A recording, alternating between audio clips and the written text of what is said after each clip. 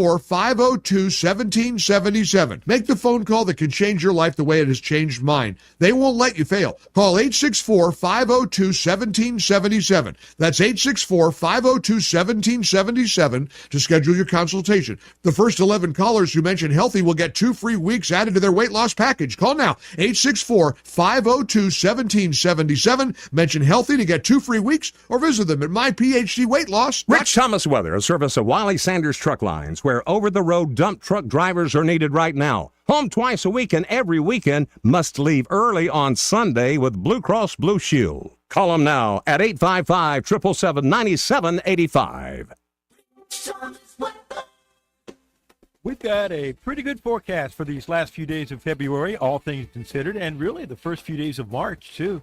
Today, the warming trend continues. Sunshine, high in the lower 70s, mainly clear, 43 the low tonight. Wednesday is a great day with a high around 76, more sun. Scattered showers as the front approaches on Thursday, upper 60s.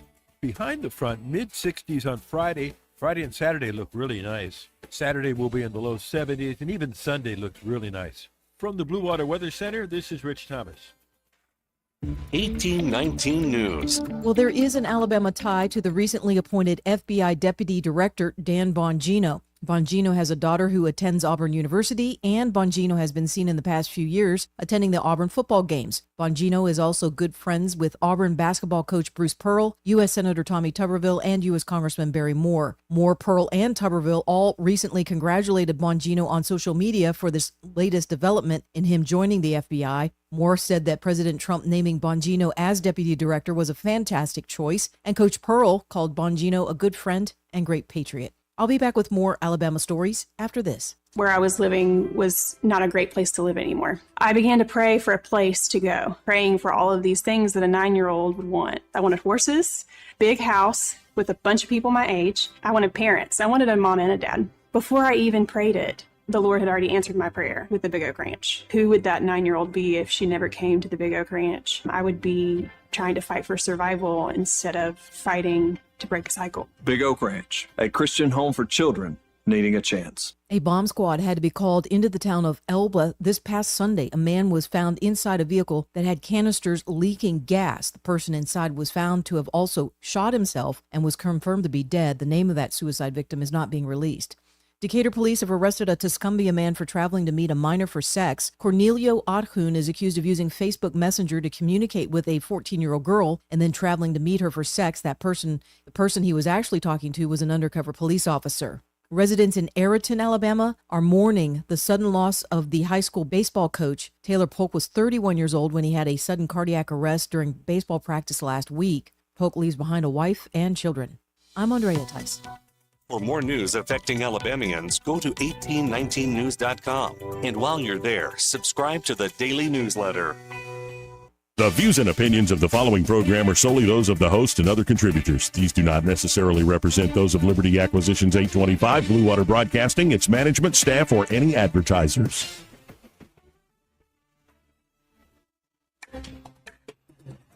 It's time for Montgomery's conversational radio show. It's news and views on News Talk 93.1 FM.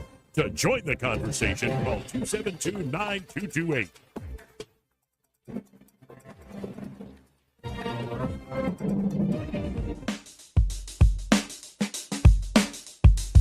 Joey Clark. Welcome into the program. I'm your host, Joey Clark. We got a big show today. I mean, there's a rally going on outside the Alabama State House. A bunch of veterans upset about this, I would call, retributive overhaul of the state Veterans Board and Commissioner's role. And we'll have people calling in from that big rally as the day goes on. But we're keeping the tradition going, as is tradition here on Tuesdays. We have the one, the only Judge Andrew Napolitano. Judge, how you doing today, sir? Oh, I'm fine, Joey. How are you, my friend? I'm quite well, all things considered, and I just want to pick your brain because you get the best foreign policy guests, whether it's Mr. Sachs or Mr. Mearsheimer or Mr. McGregor and Ritter and all of them. I mean, what do you make of the latest when it comes to the negotiations with Russia and trying to end this war in Ukraine? I think that Donald Trump's been listening to Judging Freedom. Far be it from me to make that claim.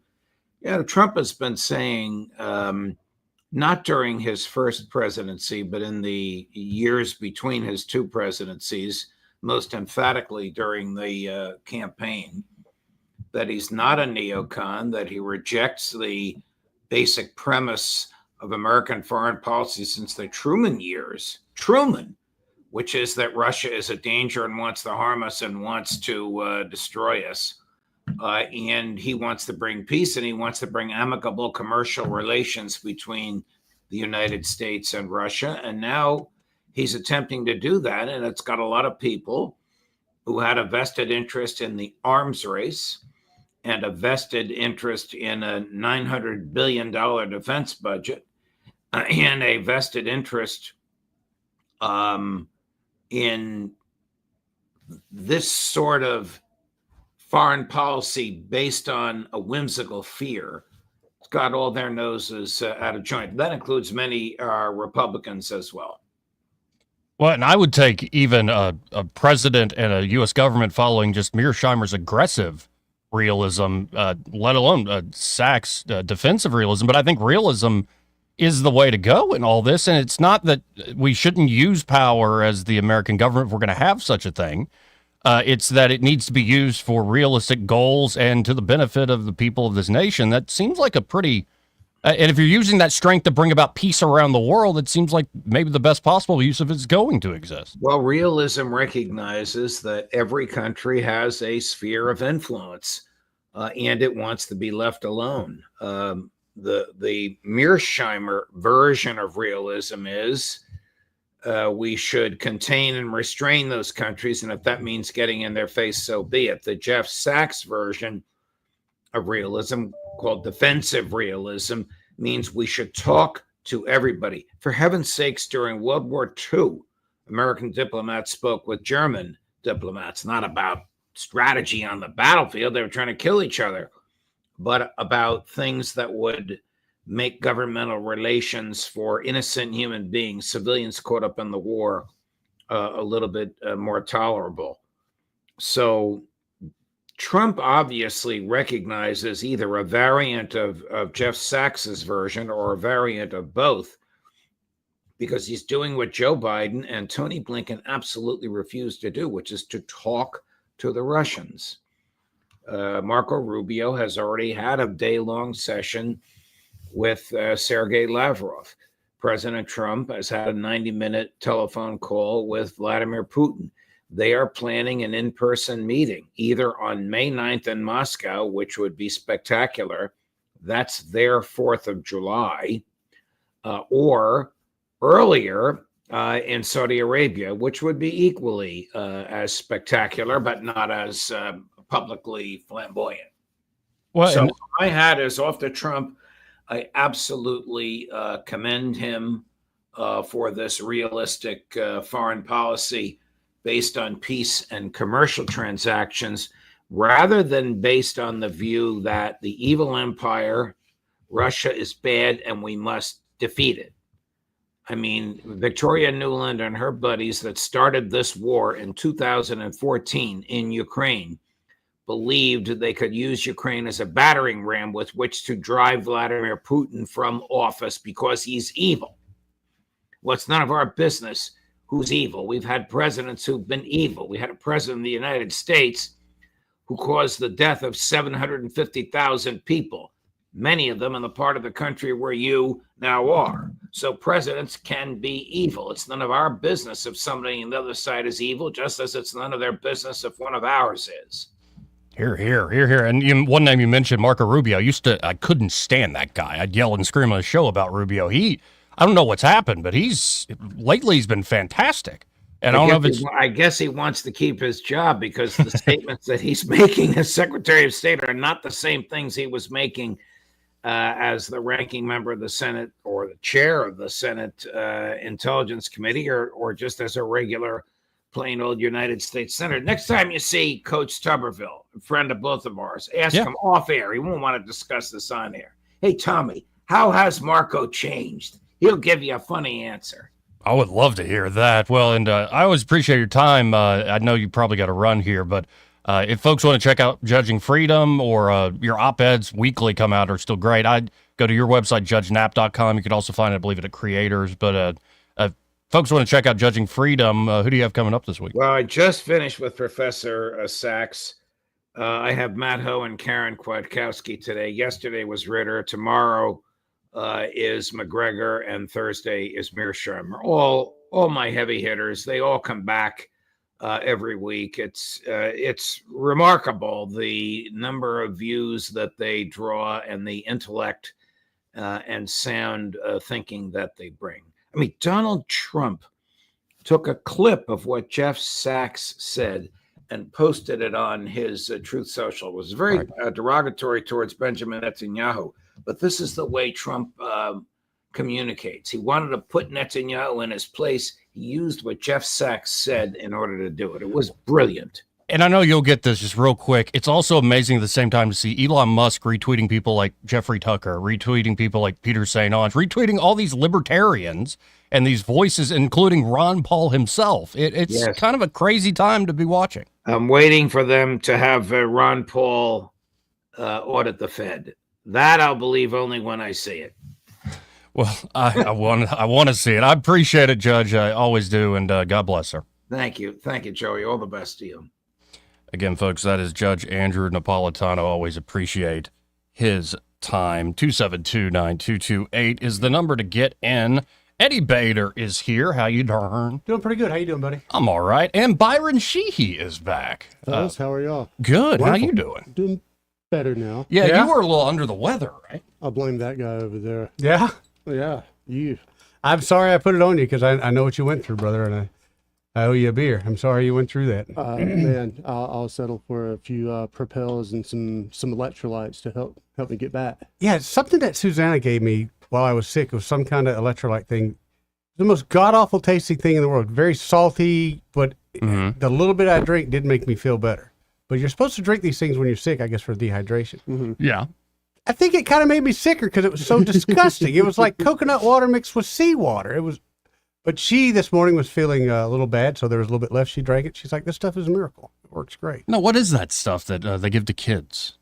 Pedialyte is kids. Pedialyte, Yeah. I drank was it many of that. Pedialyte? No, this was a professional hangover version, I think, of that kind of thing now. Yeah, Oh. awful though. Well, I'm sorry you two went through it. I'm kind of over here knocking on No, wood. you're good, brother. Honestly, I was a little worried this morning, but Yeah? I'm like, no, I ate too many protein Pop-Tarts. That can happen. That can happen. Yeah. That explains it. Well, you know, one time the it's plant-based Reese's got me one time. Oh, so, you got to watch out for that. Yeah. You know, there's the whole series of protein bars and stuff out there. There's a brand called Legendary that makes protein Pop-Tarts, and they are in the protein bar world. They taste the best. They actually taste good. It's definitely not in the Pop-Tart world, though. No, it's not the same as eating like a wild berry or s'mores Pop-Tart, but it's still good. Like it tastes like a blueberry Pop-Tart for the most part, or chocolate. Okay. Like as opposed to protein bars, they're just They gross. just taste like cardboard. Problem is, the trick these things do to get the net carbs down, they have a lot of this sugar alcohol in it. And if you eat too much of that, your stomach's going to be upset. Oh. So either I have the flu like you two did, or I ate too many protein No, it's pretty- Pop-Tarts. Probably the latter. You'd know it. Remember, I had a couple hours of thinking it was the pie. So You got did. to see it percolate. That's what I was wondering. I'm like, and by the way, welcome to the show. After that heady conversation with Justin Napolitano, we're talking about our bowel movements. Thank you. The flu was no joke, baby. But apparently, it's a pretty sizable crowd down there at that rally. That's good to hear, man. Anything reported on numbers? Not that I've seen, but we're going to have folks calling in so Excellent. they can let us know. And, we were leaving yesterday, and we got word from Troy Carrico that the person who they were talking to claimed they were from the governor's office. Yep. And threatening arrest. Like, we have 7 On site. armed units ready to go. And then when Caleb Taylor at 1819 News did some great follow-up reporting, the governor's office denied anybody in their office did this. And they said the person that the organizers of this event named doesn't work for the governor's office. So I'm like, well, who is this person? Was the name given? Yeah, here, let me pull it up so I get it exactly right. Denise McLary. Spell the last name. McLarie. and Denise. Let's see what the old Google machine says. Yeah, and so here's what Carrico told Caleb Taylor at 1819 News. The call came from the number of Jametta Gordine, the chief of security with the Alabama Senate. She did a merge call with Denise McClary with the governor's office to pass information along to us. She is the point of contact that initiated the call. McClary said, if you attempt to come here tomorrow, she quantified that for us. She said, I have at least 7 armed units that will apprehend and arrest you. No one responded to a voicemail left by 1819 News with the phone number of the person who allegedly made the threat. The spokeswoman for Governor Ivey's office denied they did it, and that no Denise McClary is listed on the governor's website as a member of Ivey's staff. Well, I wonder who put Miss Denise up to doing this. Yeah, I was like, what the? And honestly, like, what's that would be the dumbest thing in the world. Oh, man, could you imagine the visual? Yeah, right. That'd be just real stupid. It'd be like the Edmund Pettus version for the veterans in today's time. Ridiculous, right. Man. Yeah, and so I wonder who this person was, because later the rally organizer spoke to Gordine, the security at the State House. She said the event was cleared to go on and had no knowledge of an earlier call from her number in which someone alleged attendees would be arrested. So who the heck did that? Well, you and I both know that you can hack people's numbers now. That's as a realtor, I get that all the time. You and I both know that they also have people do their dirty work for them so that they can. This is very true. This is very true. Interesting. And listen, I mean, talk about like petty and the links that people will go to. I had a candidate who was running against a certain female governor, and he was going to do a flight simulation over in Auburn. That got canceled. Oh, just got canceled. Just got canceled. Can't do it. Sorry, you drove all this way, and we had this lined up, and it's not on me. Got this call from back in Montgomery. Sincere apologies. I mean, no press was there. It had just been a tour of the facility, but just to be, an a-hole. It's just so dirty sometimes. But I do wonder who the heck. Okay, that's just odd. The rally's ongoing. I don't think anybody's been arrested. Right. And not yet. We'll be getting calls from folks down there in moments. Do we know if local news is covering the rally? I haven't checked. I barely pay attention to them. This part of the program brought to you by Bo Goodson and the Goodson Group. And they're at the Goodson Group. Bo and his team are ready to help you with buying or selling here in the Montgomery and surrounding areas. And I mean buying and selling a home. And, of course, Bo's been working in the River Region real estate market for nearly 50 years now. And at the Goodson Group, not only can they help you with buying and selling your property, but they have management services available for a reasonable fee that can help you rent out your home. That's a great idea in this market. There's a lot of turnover with the Air Force Base and a lot of things. But managing a rental yourself can be a real pain in the butt. Why not have the Goodson Group do it for you? And the crown jewel there at the Goodson Group is the Bo Goodson Real Estate School, one of the most highly acclaimed and accredited real estate programs here in the state of Alabama. And it's because, well, Bo is very interactive with the course. He's not letting you just sit there like a bump on the log. He's bringing that nearly half a century of experience to bear, and you can hit the ground running and find success. A lot of people who have graduated from the Bo Goodson Real Estate School have found just that, whether as more knowledgeable private players, so maybe they learned how to manage property and they're now in that game, or as fully licensed real estate agents. So check out the Goodson Group today. You can always go to thegoodsongroup.com or give them a call at 551-0225. That's 551-0225. Bo Goodson and the Goodson Group, great sponsor here of the program. Again, 272-9228 if you want to get in on the conversation. That's 334-272-9228. Jason is at the rally. He's on line 3. Hey, Jason, how you doing? Hey, Joey, how's it going? Great to hear from you. What's the scene like down there? Man, you need to be out here with us. We have a head count of at least 35 to 40 people down here, all veterans and their friends and family down here. Fantastic. And who has spoken so far? So far, we had Colonel DeMaio. We had Hank gave the invocation. We have, of course, Corey Carrico gave a speech. Right now, the great admiral himself, Mr. Kent Davis, is about to get up and give his speech. And the rally is still going on. You got plenty of time to come join us down here at the State House. We need every voice to be heard. Well, any members stop by? Any public officials? any elected officials you've seen that around there? I have not seen any. There has been sightings of the governor's guard. The Aliyah has been patrolling, but no arrests have been made. No fire hose has been brought out. There's still time, Jason. You can still get arrested, buddy. Yeah, be careful out there. Only if News Talk would provide the bail money. You and I both know that ain't happening, sugar. We'll start a GoFundMe. It may take a little while. Well, I appreciate you calling this in, Jason. And, technical reasons we're not down there, but we'll be covering it and getting more calls from some of the people speaking and getting together. But I appreciate it, man. Thank you, Jason. All right, man. 272-9228. That's 334-272-9228. And at this point, you got to wonder where this overhaul, is it an overhaul or is it just a little bit of restructuring? Man, all right, so you'll have to help me out. Trying to play catch up here. Mm-hmm. So Jones's bill or the governor's bill or Jones's bill, depending on who's pointing at who, because they don't want to take responsibility for it. It takes the authority away from the board, correct? Yes, that was SB 67. Okay. So anything after that is just window dressing. Yep. Right. So I don't care if they say, we're going to put 40 or 50 veteran members on this board. If the board doesn't have any power, what's it matter? Exactly right. And Good point. My question is, why? Yeah, why is it being reduced to an advisory position? I mean, what is the necessity of this in the first place? Why did this bill, what prompted this?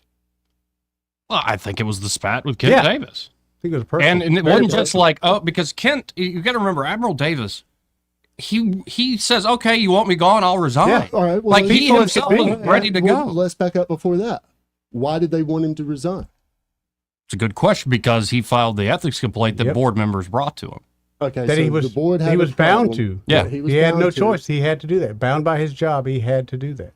Yeah, he essentially told him, y'all bring me this, I have to. Man, I've seen a lot of, shady stuff in Alabama politics over the time, but this isn't even just shady. This is just outright in your face wrong. Yeah. Yeah, absolutely. Yep. Well, and I think what really ticked off the power players here in Montgomery is this, the board defied the governor. Because Davis was going to be like, yeah, okay, you want me gone? Fine. I'm not. That was it, man. But then the board constantly was like, no, we don't want you gone. But the board was responsible for money, right? Yes. In a roundabout way? Yeah. Well, sure. So my belief, 99 out of 100, questions, the answer is money. Yeah. Why did this happen?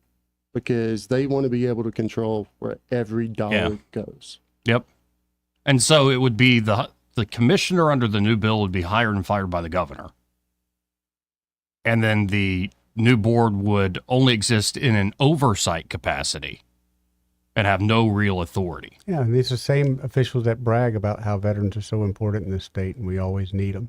Hey, screw you every chance they get. Man, they tell us we all matter, and then we all get screwed. Screw you every chance they get. I mean, unless you're writing a check, with 4 or 5 zeros behind it at the cocktail party or the fundraiser, they don't care. I'm sorry, folks. Nah, they do not care what you think. And looking at reporting by Craig Monger there at 1819 News. What's up, Craig? Craig. He got in touch with Ed Oliver, who's carrying this in the House. Mm-hmm. According to Oliver, the substitute bill that did pass the Senate encompasses the changes requested by the veteran service organizations. Oliver saying, quote, "It will pass as is. Everyone has agreed. All of the historic veterans groups have got exactly what they asked for in it and have endorsed the bill as it stands. I don't know how we would make it any better, to be honest with you." Again, the Senate's amended version elevates the commissioner position to a cabinet position. However, it also maintains the current law, keeping the governor as the sole appointer of board members selected from recommendations from the state's VSOs. Under the new bill, The State Board of Veterans Affairs would only exist in that oversight capacity, have no real authority. Despite Oliver's claims of unanimity among VSOs, a group of veterans is planning a rally, which is ongoing right now. Oliver called out Becky Garrettson of Eagle Forum of Alabama, that she's just trying to get clicks for donations. Oh. Becky's not really. I wouldn't call Becky clickbait type. I wouldn't think so. No, she's got a stellar reputation. I mean, that's weak, Ed. Like, I shook the man's hand the other day when I was leaving Jeff Poor's show, and like, I don't really have a problem with that Oliver personally, but come on, man, that's weak. That's weak, real weak. But here's the full quote. He says, "Remember, all the VSOs support the bill. These are people that are stirred up by people like Becky Garrettson, or people that are trying to get donation clicks. It has nothing to do with the reality of the legislation or helping veterans or accountability of state taxpayer tax dollars. This is all people acting on information they don't understand or they are misinformed about. It's just unfortunate." Well, if he ain't talking down to you, I don't know what to tell you. Y'all are just too dumb and too poor to worry about what we're doing up here. Yeah, Garrison rejected Oliver's assertions that opposing the bill is motivated by clicks or driven by being uninformed. According to Becky Garrettson, her opposition stems from the State Board of Veterans Affairs downgrading to a mere advisory role and the commissioner being placed under Ivy's authority. So I did have something kind of given to me by someone. I did have some inside info. Yeah.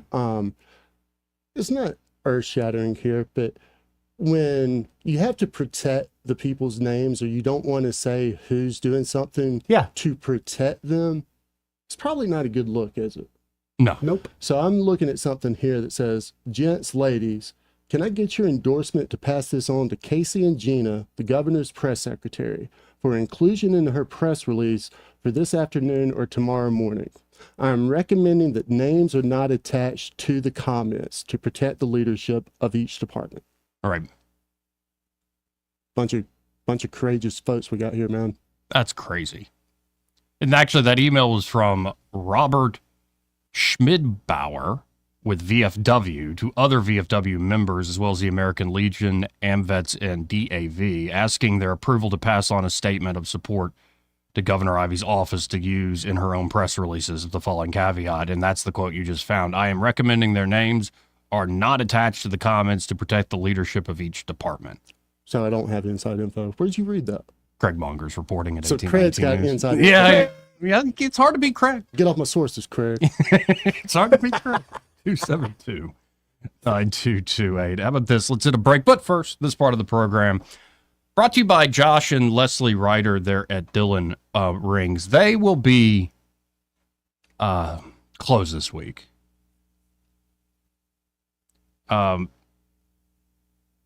And because I'm just thinking through what I should say, Josh's mother passed away. So they'll be in Texas for the funeral there. And so Dillon Rings will be closed this week. They're great folks, but, maybe next week after, stop by there. Check out the great selection. And also, when we say they're a full-service jewelry shop, Josh is the man that does those custom designs. He's the man who does the repair work, a lot of the spa treatments. Leslie really picks out that great selection in stock. She has fantastic taste, from high-end jewelry to everyday items. But even if you don't stop by this week, because they'll be closed, say a prayer for Josh in particular. Lift him up, because family, he's a great dude. They are great people, and I just hate to hear that. But we'll tell you a little more about Dillon Rings coming up, but that is sort of the tragic breaking news with them. And they're a sponsor. It's a commercial relationship, but it's also more than that. Yeah, and we're a little closer than that. Those folks, lift them up. Josh in particular needs y'all's intercessions. How about this? Let's hit a break. We'll be right back. Want to carry News Talk in your pocket? Download the News Talk 93.1 app from the App Store. Available on iPhone and Android. Never miss a moment. Download now. Are you happy with your IT support company? Do they resolve your company's computer issues quickly, or do they leave you down and frustrated? You need your computers working and problems resolved quickly and permanently. GTI is different. GTI has a high standard of affordably supporting and protecting businesses like yours since 1999. Call them now at 819-4650, 819-4650, or visit gtinow.com. For reliable electrical services in Central Alabama, trust the experts at Crosby Electric. Crosby's licensed and insured electricians are ready to tackle any project for your home, from troubleshooting, repairs, to installing new lighting and preventive maintenance. And Crosby understands the need for quality service for small business. Crosby is big enough for the largest job, yet small enough to bring real value. Visit CrosbyElectric.com to schedule your service. Crosby, powering Central Alabama with excellence. Lowe's knows that free is just better. That's why MyLowe's Rewards is free to join. As a member, you earn points towards MyLowe's money on eligible purchases, get exclusive free gifts, and earn free shipping at Silver Key status, all on top of weekly member-only deals. Don't wait. Join MyLowe's Rewards for free today and start saving more. Lowe's, we help, you save. Loyalty program subject to terms and conditions. Details at lowes.com/terms. Subject to change. Millions of Americans take medicine like Ozempic and Zepbound. Many of them are overpaying by thousands of dollars a year. These GLP-1 medications for diabetes, weight loss, and more may not always be covered by your insurance, but GoodRx can help. GoodRx helps you save every month on prescriptions at over 70,000 pharmacies nationwide. Best of all, it's free to use. Check GoodRx to save on GLP-1s. Just go to goodrx.com/GLP. That's goodrx.com/GLP. GoodRx is not insurance but can be used instead of insurance, including Medicare and other federal and state-funded programs. For too long, Alabama's statewide news companies have shamed us for our conservative Christian values. Alabama deserves a news company that cherishes our culture, a company that isn't bought and paid for by the powers that be. 1819 News is that company. Run by Alabamians for Alabamians, 1819 News celebrates what is good and beautiful about our state, while exposing those who work against our values in secret. Just go to 1819news.com to learn more. Subscribe to our newsletter. That's 1819news.com. This is your roving reporter, and today I am talking with an elk. Hey man, Mr. Elk, I was just wondering, what do elk do to take care of their money? Well, like most smart folks, we call David Ernest. You mean Alabama's most favorite asset preservationist? That's him, man. We call him up at 334-279-7431 or 205-479-0839. I see. Yes, he is our preferred money man. The money man with the money plan. You've been paying attention. Well, could you give us those numbers one more time? 334-279-7431 or 205-479-0839. And I just want to try to give you a heads up, man. Oh, what's that? I'm not an elk. Not an elk, huh? Well, then, pray tell, what are you? Knights of Columbus. I am not even going to make a comment. Well, the baby liked it. Rich Thomas Weather, a service of Riverside Chevrolet Wetumpka. If it's Chevy, it's Riverside. Best price, best selection. Check them out on the web at riversideusa.net. We've got a pretty good forecast for these last few days of February, all things considered, and really the first few days of March, too. Today, the warming trend continues. Sunshine, high in the lower 70s, mainly clear, 43 the low tonight. Wednesday is a great day with a high around 76, more sun. Scattered showers as the front approaches on Thursday, upper 60s. Behind the front, mid-60s on Friday. Friday and Saturday look really nice. Saturday will be in the low 70s, and even Sunday looks really nice. From the Blue Water Weather Center, this is Rich Thomas. You can make your ASC loan payments from your phone anytime, anywhere. It's quick and easy. www.yourasccu.com. Federally insured by NCUA.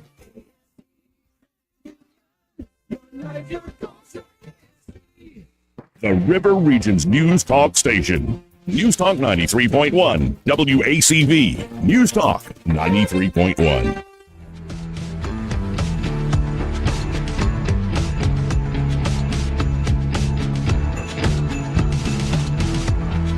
After damning politicians uphill and down dale for many years as rogues, vagabonds, frauds, and scoundrels, I sometimes suspected, like everyone else, I often expect too much of them. Joey Clark. Welcome back. You're listening to Joey Clark Live. You can always watch us on YouTube or on the X platform. I'm done trying to do it on Facebook. It's the most frustrating thing in the world. we're being punished for live streaming on Facebook in terms of our reach. So we might bring clips up and stuff, post about the show. I'm not going to do it on there anymore. Of course, Eddie Bader and Byron Sheehy here in the studio with me. I don't know if this is, I got a report from somebody that just said it's looking about like 70, 80-ish people. Okay. So apparently filled out pretty quickly. All right. Well, and again, we're awaiting calls. I've reached out to our contacts on the ground there. You wearing a 97.9 Jam shirt? I'm a company man. Ironically I enough, like that. Okay, It's a great I started sister to wear mine station. today, but it was a little too tight with this one. So what? Now I hate it. I didn't wear it, dude. We could have been. It was a little too tight with that with one? this shirt. This was making this shirt feel too tight. I don't have a fat boy. Don't have a lot of room when there's expansion and contraction. He needs those, I thought you lost a lot of weight after the sickness. I did, but that shirt had a tendency to shrink when I washed it. Oh, okay. And did you wash it hot? Yes. And I dried it hot. I know. He washed it hot. He dried it hot. And then he ate about a bag of chips. And Pretty much, I look like that typical redneck where the belly hangs out like 2 inches below the shirt. It's like, this is not a good sometimes look. the way you talk about food and stuff, it reminds me of that scene in Billy Madison, where like, who would eat 23 box lunches? Okay, you remember when they came out with those fat-free cookies? Mm. And I was a little bigger then than I am now. I was so excited. Yeah. It's not fat-free when you eat the whole box. Plus, there's a whole nother issue that well, can they happen add when you eat other a whole things box. too to make up for the lack of fat. Ooh, man. people getting excited about cookies, man. Mm-hmm. If finally Rogan went down the rabbit hole in the Girl Scout cookies, saying how bad they are, full of poison. Oh, really? Yep. Yep. Like really? Real deal poison. Yeah, he Like- did a whole bit on it. Like metals and all sorts of Heavy stuff. metals? Yeah, I think I saw the clip. Yep. And I've always Girl liked Girl Scout Scout cookies, cookies. man. Like, and these are the official. Girl Scout cookies. Well, I mean, I stopped buying them a few years ago, but What's wrong with you? You un-American? Every time them girls are out there, man, you give them $1 or $2 or at well, least buy a you box. know of how cookies. much actually goes to those young ladies? Actually, I went down that rabbit hole too. It's kind of sad. Actually, Yeah. I How much saw. CEO mate? I was hoping they skimmed a little off the top. About 60-70% off the top. Dang gum. Oh, dang gum. Yeah, check out how much actually makes its way down. That's sad. Yeah. The competing, whoever's the counterpart to the Girl Scouts, Yeah. they're the superior organization as far as making sure that the money gets to the girls. Well, it's even worse now because Aldi's and a lot of the other ones, you can get fake Girl Scout cookies directly from the store. Yeah, I was really excited. Keebler, my favorite elf, Yes. he decided to make a version of the Samoa, but I think the Girl Scouts They shut him down, cut him off at the knees. I'm not a coconut fan. Not even the shrimps. No, coconut shrimp's all right, but I don't really like coconut. And before I forget, I saw it's sometimes these algorithms do read my mind. Like Joey wants to buy this, and it was a hat, just a normal ball cap, and it kind of was a takeoff on Air Jordan. Like, Yeah. so, Jordan, reaching up, he's about to dunk. Yeah. And instead of saying Air, it was the silhouette of a really fat cat, and it just said Chunk. And I think I'm going to get that for you as a gift. I want the one. You know I will wear it very proudly. Actually, it's a hilarious hat. It's a great hat. Have you seen the one that just says, "To hell I won't"? No, I haven't seen That's the that. one I want. All right. Hey, Thunder's been patient. Yep. Let's go to Thunder. How you doing? Oh, doing well, guys. Doing well. I wish I were in Montgomery. I wish Montgomery weren't so far away so that I could go and lend at least my presence to the rest of the veterans out there. Answer a question for me, please, because I can't remember. What branch of the service did KIV serve? Long Branch. Yeah, that one, but no. What branch of the service did she serve? She didn't. None. Does she not think that those men and women who put their lives on the line, who pull that uniform on, who pick up that weapon and go do what they need to do to keep this country free, does she not think that they know a hell of a lot more about protecting this country than she ever will sitting in her little ivory palace? Ma'am, I'm afraid it's not that she doesn't think that they can't. I don't think she cares. Bingo. That was the answer that I needed. She doesn't give a damn. Yep. Well, how many other people don't care? I mean, the fact that this bill has any life at all. I mean, all these members. I'll just say, it looks like it's going to sail through. They could kill it. It could die at any point in the process. Well, they better kill it. Oh, they're not. They're not going. They're not. They're not going to. They're going to ram this through like they did the gas tax and everything else. Yep. Then they need to stop, and they need to look at their daughters, and they need to look at their sons and kiss them goodbye. Well, we need to all remember, we got a primary coming up in about a year. You got that one. And that's where the action is. Not the general election, the primary. I will be doing everything that I can to get every damn one of them fired. Me too. Well, and I don't care necessarily who it is, as long as they like reach out to Elon Musk and be like, bring the Doge team to Alabama. Because everybody's like, we need a Doge here. We'll do our own Doge. We'll do that. No, go get the actual team that's doing this in the federal government right now. Hey, Governor Tuberville, if you do run, bring Doge with you. Oh, that would be so It doesn't even need that be that big of an operation. What we need is a full internal scan of what this government in this state is. I don't even know how long that would take, man. It wouldn't take long at all. I don't think it'd take long. I don't know if they could produce all the documents in time. Well, that might be the problem, because actually I was trying to run the Allison system through Grok, and it said it's not compatible. Like, it's such an old code system, it's not compatible with the AI. If you spend any sort of time, there's a fix to that. In the shadows, like trying to figure out where the money goes, good luck. Right. I mean, they make it next to impossible to find out anything. Yeah, because I'm leaning away from like, oh, just the cutting the government is the best thing about Doge. No, I think the best thing they're doing is this internal scan of every nook and cranny of the federal government. And if that was done to this state, I think we'd find so many things that bureaucrats themselves know shouldn't exist. I'll give it 2 years. With all these feds coming into Huntsville, you think they're going to come down here and let all these rats down here in Montgomery cause a stink? There's going to be a couple of these guys doing the whole clankety clink on the iron bars before it's all over with. They fine with me. Yeah. It literally would. It would be fine with me. I have never been more disappointed in any politician in my life than I have been with KID. But she won twice. Yeah, big time. That's what I just don't get. She didn't win the second time for me. Me neither. I can assure you of that. Well, my vote for governor this past time went for an empty orange juice can because an empty orange juice can would be more effective than she has been. Oh, well, I always appreciate the call, Thunder.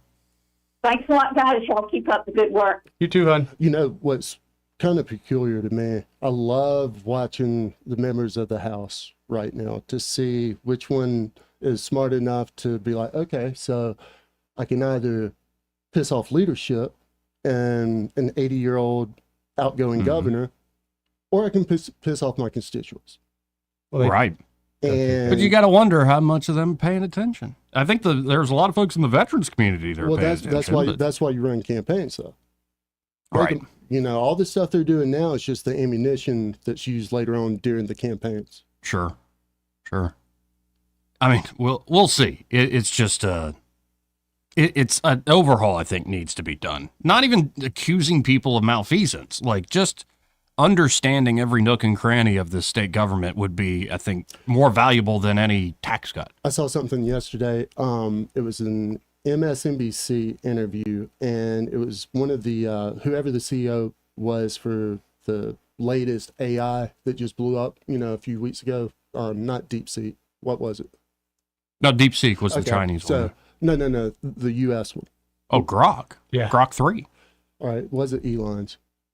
I'll have to find out exactly which one it was. But the guy pointed out, he said, we're in the middle of two revolutions right now, an AI revolution and a transparency revolution. To your point about exposing where every dollar goes, there's no reason why the taxpayer should not know that.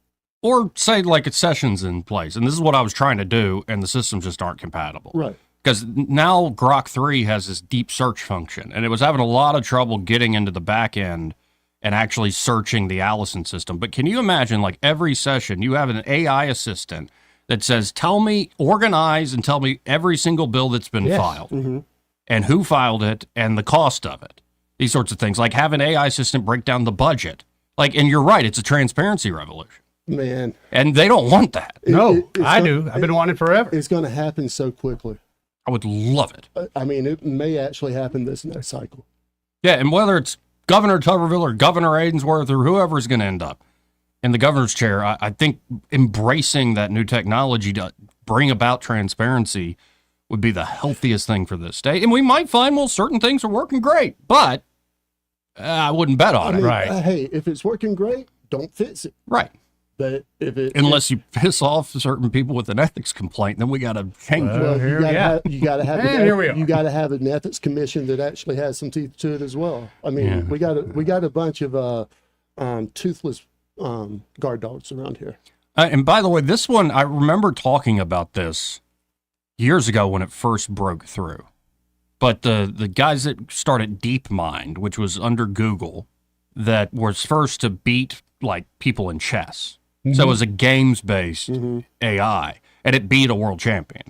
And that same guy started getting fascinated with this particular problem in biology about protein folding. Mm-hmm. And like, okay, it gets real complicated, but I'll put it this way.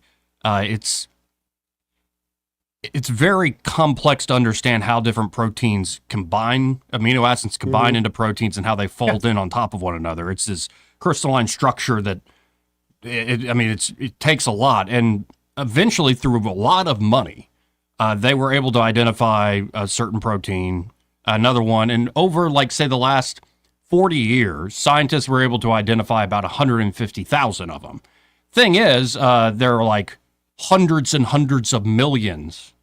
And this program, there was like a contest set up to go try to find proteins that everybody's judged, and nobody would get over the 90% accuracy threshold. Mm-hmm. Well, about a few years back, this DeepMind, and they're great videos about it. I'll have to find it and share it if you want to get real technical with it. They were able to discover 200 million proteins and how they fold on top of each other. And essentially, folks are saying this is like the breakthrough of the atom and how that affected. So we're getting these breakthroughs that are happening at such a rapid pace. I don't think people understand what's coming. And when folks talk about it's a little a shame how much they screwed the pooch with COVID with vaccines, because with this technology, you really can do particular vaccines unique to your physiology. It's that remarkable. They ruined that, man. They totally ruined it. So they're gonna have to gain back the trust, and maybe RFK Jr. is ready to do that. Did you see the report of the breakthrough where they took the a piece of human DNA, coded it with information, scrambled it, and then when it reproduced, the information was exactly the way that it needed to be? Yes, that's what these things can do. I mean, they were saying that our DNA is going to be able to hold more information than any chip or anything like that we will be able to produce. All right. That's remarkable. And like, some of the folks that got credit for this breakthrough were gamers. It was like 50,000 gamers who just love playing any sort of game, complex games. And they're like, oh, this is like a game. Right. For us guessing this. And they figured out how to exploit it. And they literally are credited in the peer-reviewed journal for their help. And that's who, by the way, if you're a federal bureaucrat or you're stumping for federal bureaucrats, which I think should be treated humanely, your people too. I think you need a nice severance. You need an early retirement with full benefits. And a lot of you need to keep your jobs. You're doing great work, but not all of you. And I think these old systems that are up against this Doge thing, they don't understand who they're up against at all. Like, do not piss off gamers. Oh, yeah. Those people are like they are obsessive with how. So true. For instance, the Big Balls guy. People are like, who is this Big Balls? Who's this guy? Well, he was a student at the University of Nebraska that under, the volcano Pompeii blew up? Yeah. There were all these old scrolls that were completely charred and like fossilized. Couldn't read them. And they couldn't figure out how to read them. Puzzle. Well, this kid using AI figured out how to read them. Pretty quick. When he was like 19 years old. Right. That's who you're up against. Like, some of these guys are, they're very impressive people. We're about to get rid of the whole octogenarian club up in Congress probably sooner than later. Term limits or not.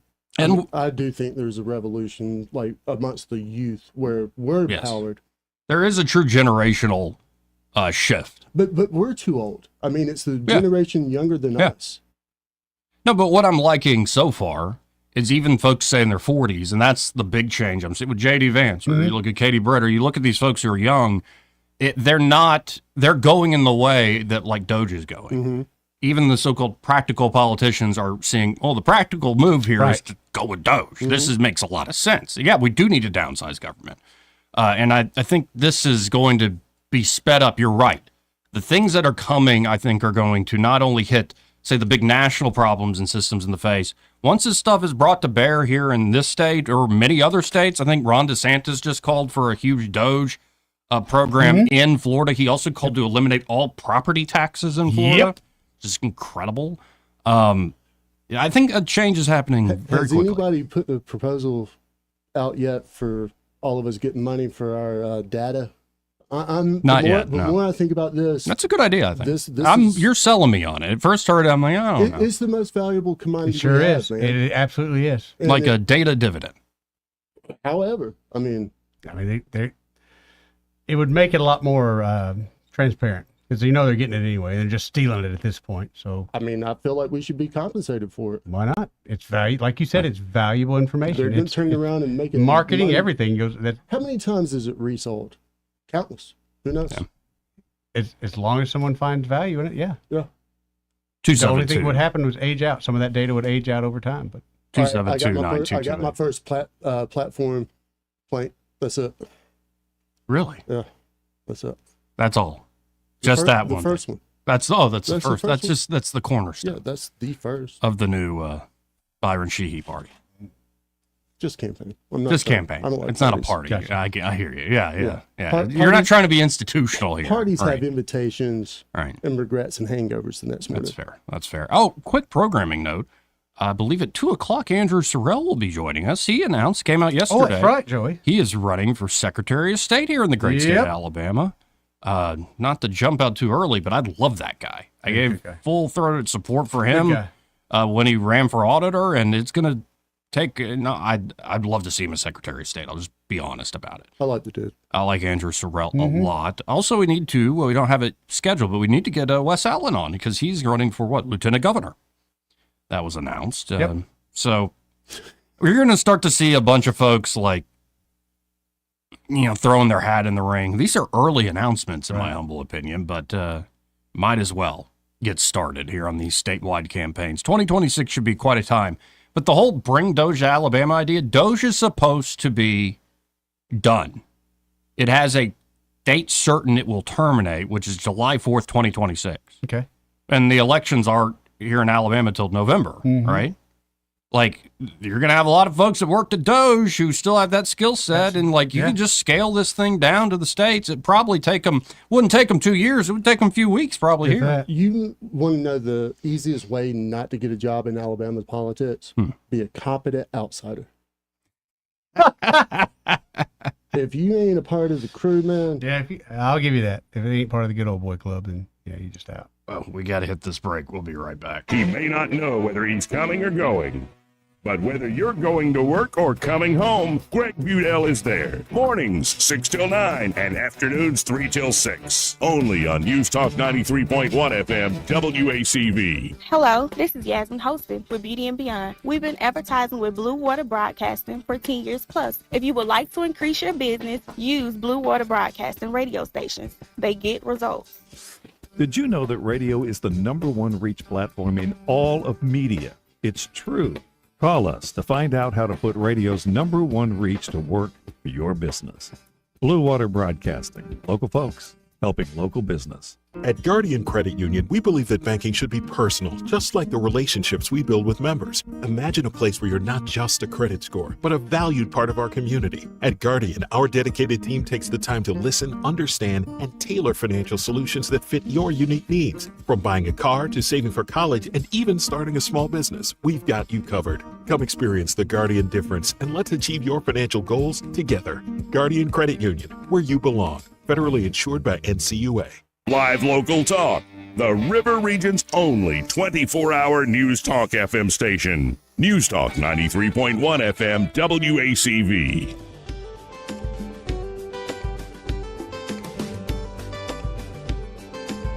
Joey Clark.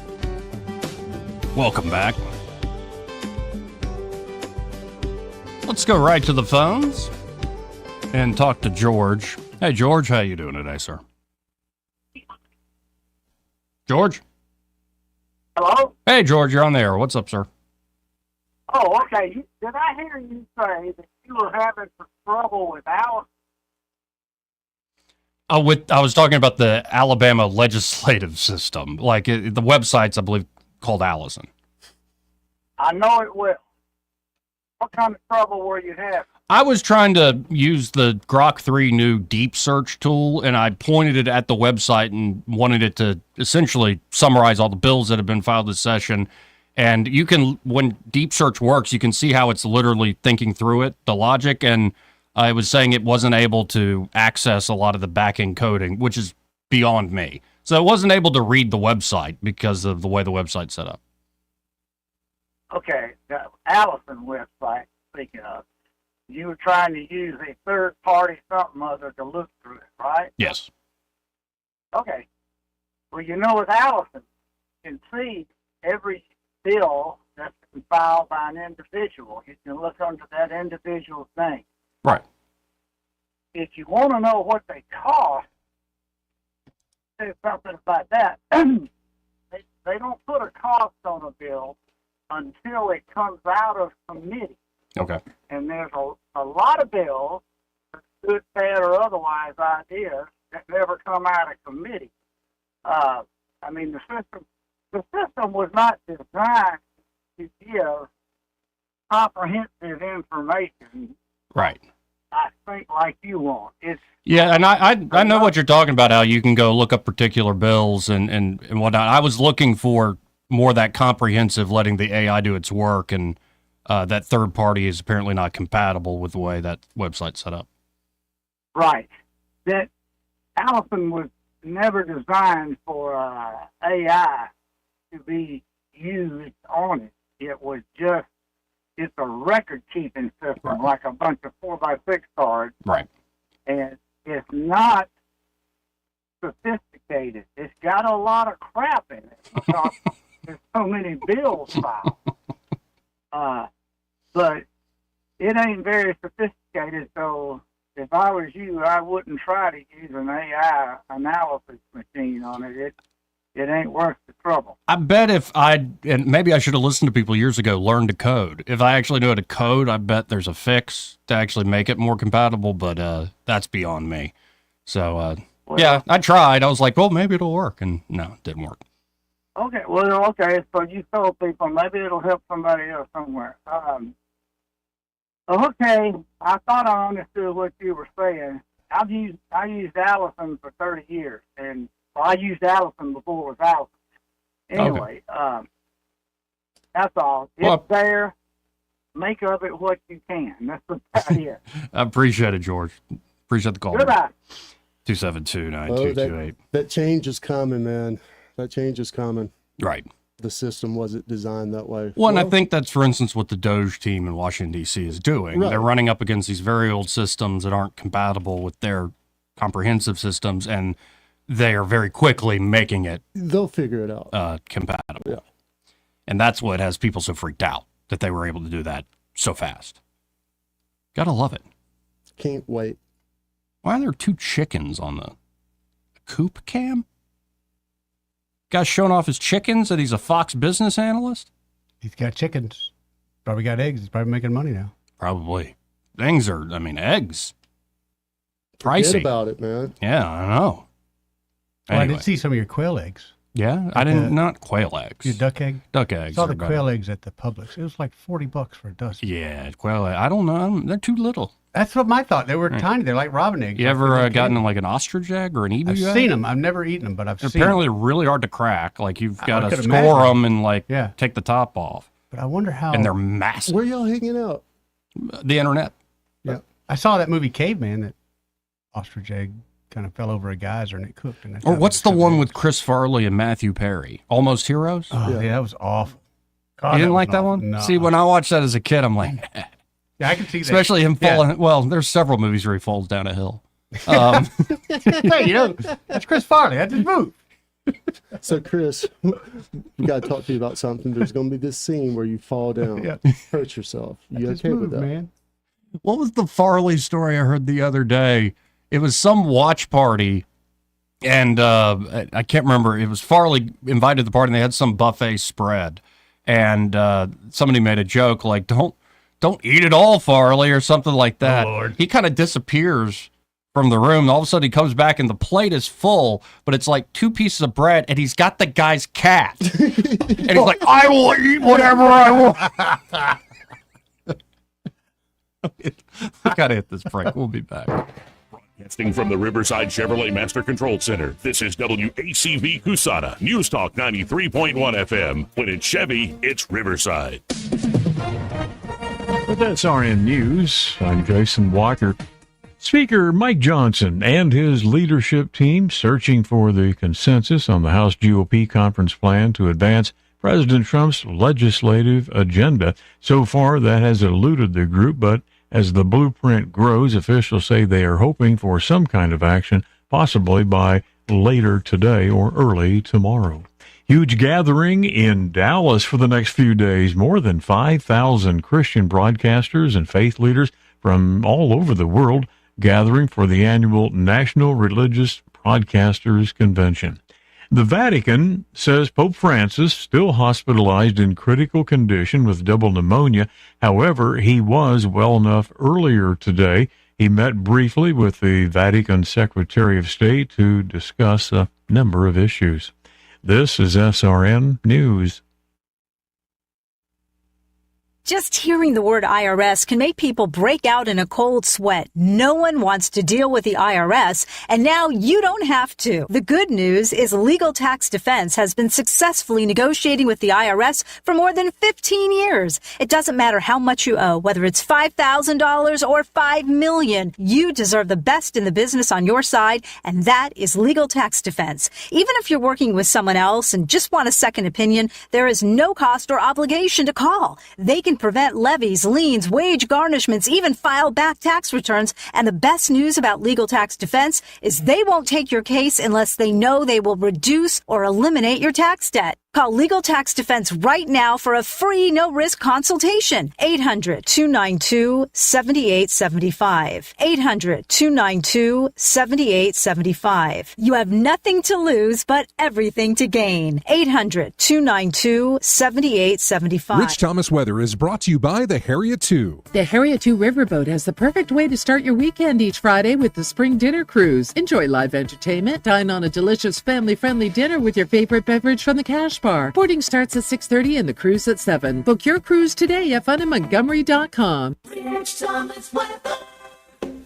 We've got a pretty good forecast for these last few days of February, all things considered, and really the first few days of March, too.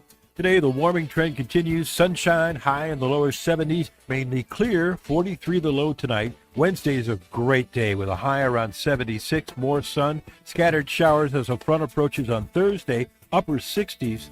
Behind the front, mid-60s on Friday. Friday and Saturday look really nice. Saturday will be in the low 70s, and even Sunday looks really nice. From the Blue Water Weather Center, this is Rich Thomas. Budget Floors and More is your low-price leader for everything you need for flooring and DIY flooring installation supplies. For the best prices on luxury vinyl plank, carpet, ceramic tile, flooring installation supplies, and more, shop Budget Floors and More, Hunter Lane across from Del Rey to Publix. From the Blue Water Broadcasting News Center, these are today's top stories. A weekend shooting in Montgomery has become the city's 8th homicide of the year. 24-year-old Karan Giles arrived at a local hospital Sunday night in critical condition from a gunshot wound. Giles died of his injuries on Monday. MPD has since determined the shooting that took Giles' life happened in the 500 block of Eastdale Road. A Millbrook woman has been arrested again on DUI and other charges. 26-year-old Alexis Wright is charged with attempting to elude, driving under the influence, and reckless endangerment. Wright was already on probation for manslaughter in a Elmore County DUI-related fatality and now faces revocation of a 5-year suspended sentence. The Auburn Tigers are number 1 in the AP Men's College Basketball poll for the 7th consecutive week. The 25-2 Tigers were the unanimous choice at number 1, claiming all 60 first-place votes in the new poll released on Monday. Alabama dropped to 6th following a midweek loss to Missouri. The Tide and Tigers will close out the SEC regular season with a showdown in Auburn on March 8th.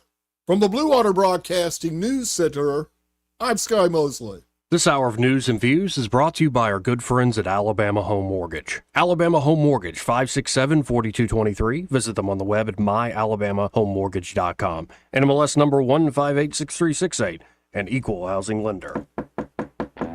Hello, everyone. Robbie Pelt with Capital City Roofing. If you think about it, your home is your biggest investment in life. Your roof covers your home, so why jeopardize your biggest investment on a roofer you don't know anything about when you can deal with a reputable roofing company like Capital City Roofing? We have an A+ Better Business rating and the best manufacturers and workmanship warranties available. We do all residential and commercial roofing applications that are certified through the manufacturer to ensure you get the best material and workmanship money can buy. We also have your project in our best interest before and after construction has been done. Don't hesitate to call us if you have any roofing issues or questions. We will match any of our competitors' price and give you the same great workmanship warranty. We also give free estimates. Give us a call today and let us show you the difference. 277-3311. That's 277-3311. Or you can check us out on the web at www.capitalcityroofing.com. Capital City Roofing. We capitalize the roofing industry. The views and opinions of the following program are solely those of the host and other contributors. These do not necessarily represent those of Liberty Acquisitions 825, Blue Water Broadcasting, its management, staff, or any advertisers.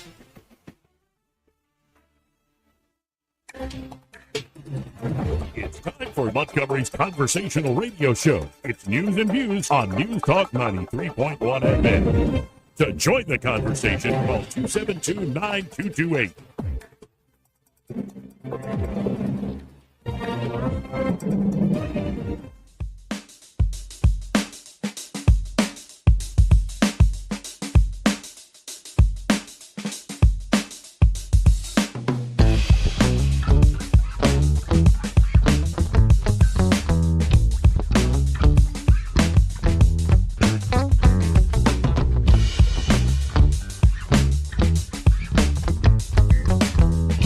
Joey Clark. Welcome back to News and Views in the afternoon. 272-9228 if you want to get in on the program. That's 334-272-9228. Well, I was told people would be calling in from the rally, but I guess not. Maybe got all of them got arrested. Stormtroopers. They might be just having a good time down there. But hey, here's a little bit of a palate cleanser. A little bit of like friendly ribbon going on here. Yeah. You know, Mardi Gras starts, I think, today, right? Next week. Next week? Well, the people got in on it early. We got parades coming up this weekend. Yeah, when is Mardi Gras? Next week. Next week. Next Tuesday. Fat Tuesday is next Tuesday. All right. We should be on the location, do the show from the scene. Which one? Catch a Moon Pie? Down south. The original. Well, you know, I know a guy who essentially runs the Archdiocese of Mobile and whose rectory is like right there on the main thoroughfare where the parade goes down, like his big, beautiful porch. I know the building you're talking about. Mm-hmm. I spent the night there. It's like thin walls, man. That's an old building. Yeah. And drafty and like beautiful, but old. Old buildings are like that. They give me the creeps a little bit. You can still hear the screams. Something like that. Or it's like every step is... Yeah, oh yeah. Every door. Like if somebody turns on the faucet or flushes the toilet, you're going to hear it. But Mardi Gras, bring it up because there's a little bit of a competition on like who started it. And, you know, we're good Alabama people. Right? It started in Mobile, right? Yes. Yeah. The original. Yes and no. Well, depends. You're going to get some people wanting to fight about it. I don't think we're necessarily going to settle it here and now. So let's have Senator John Kennedy and Senator Tommy Tuberville kick it off Mardi Gras with a friendly debate. Senator. Good to see you. Good to see you. You got my great king cake here. This is the second annual That's king right. cake taste-off. Now listen to me. Now last year was a home game for you. Uh-huh. You know, we were in your office. But this year we thought we dressed up. We want to make you feel at home. Before we taste off here, I just want to let you know that, you know, Mobile You said, I think last year, $16.99, y'all started Mardi Gras. Now, you can't start Mardi Gras by camping by the Mississippi River, is what y'all did. But we claim Mardi Gras started in the great state of Alabama, so I'll give you a little bit of debate time here. Okay. Coach Tuberville was correct. I did make a mistake last year. Mardi Gras did not start in Louisiana in 1699. It was $14.99. So we're way ahead of Mobile. 200 years. Let me say a word about my friend Coach Tuberville. He's a great senator, and as we all know, he was a hell of a coach. He won the Southeast Conference. He was Coach of the Year, I don't know, 5 times or something, a whole bunch. He never could quite make the standards of LSU. But just like Coach Tuberville didn't quite meet those standards at LSU, the Alabama King Cake does not meet the standards of the Louisiana King Cake. Man, he's competitive. My king cake came from... Okay, I'm looking at that king cake right now. Does that look good? Yeah, Yeah, but you ever had one you actually liked? I have. Have you? Honestly, I haven't. I've tried a bunch. It depends on the filling and how fresh they are. Yeah, they need to be fresh. If it's been sitting in a box at Publix for a while, yeah. Don't get it at the grocery store. Go to now, what do you do when you find the baby? I think you eat the baby. You practice. You better not swallow it, but you practice. Wait, did you eat the baby one year? Mm-hmm. Like you swallowed it? Nope. But it's supposed to have good luck. I thought it didn't work out so well. I thought it was. You had to get the cake next year, and you're supposed to be the person expecting that. Crap, I ain't never heard of that. That's why I said you start practicing. Oh, no, I was told I was going to have good luck, and so I was like dependent on that. Well, no. We'll didn't go work kill a out. rabbit or something. Yeah, it's a fun, interesting tradition. I don't know. King cake's all right. If it's fresh, it's great. I like cake, man. Right. Yeah, that's why I was so disappointed. That's why I'm a little surprised with you. I was so disappointed. I thought I was going to have this delicious cake, and it just. I'll get a good one, and we'll try it. I'd love to. All right, deal. See who this is on line 1. You're on there. Who's us? This is Ann. How are y'all? Hey, Ann. How are you? I'm good. I just left the rally. Tell us about it. Well, there wasn't a lot of people there compared to the number of veterans we have in the state, but we were loud. We were loud. Good. Great speakers. Of course, the legislators hid inside. They never came out, with the exception of Mark Sidley and Sean Stringer. Mark who? Gidley. Okay. Gidley and the Stringer. So it was good. I think we made our point. I'm glad. I'm certainly glad you win. I wish we would have had a lot more participation, but it's kind of tough to do in the middle of the week. Well, yeah, that's true. It is. And we've learned that with all of the rallies that we have attempted to have, is that people just, our people work. Right. They don't have time to take off and go rally like the other side. Yeah, true. Well, they get paid to go rally half the time. Well, that's true, too. I thought of it that way. Yeah. And did any of the participants say anything about trying to visit with their individual members, or were they just going to, pack it up and go? Oh, yeah. We handed out a whole list, and the line was out the door and down the street to get in to go visit with their people. Oh, that's good. That's good news. So, it's going to be a busy day for legislators. But of course, they always hide. Of course.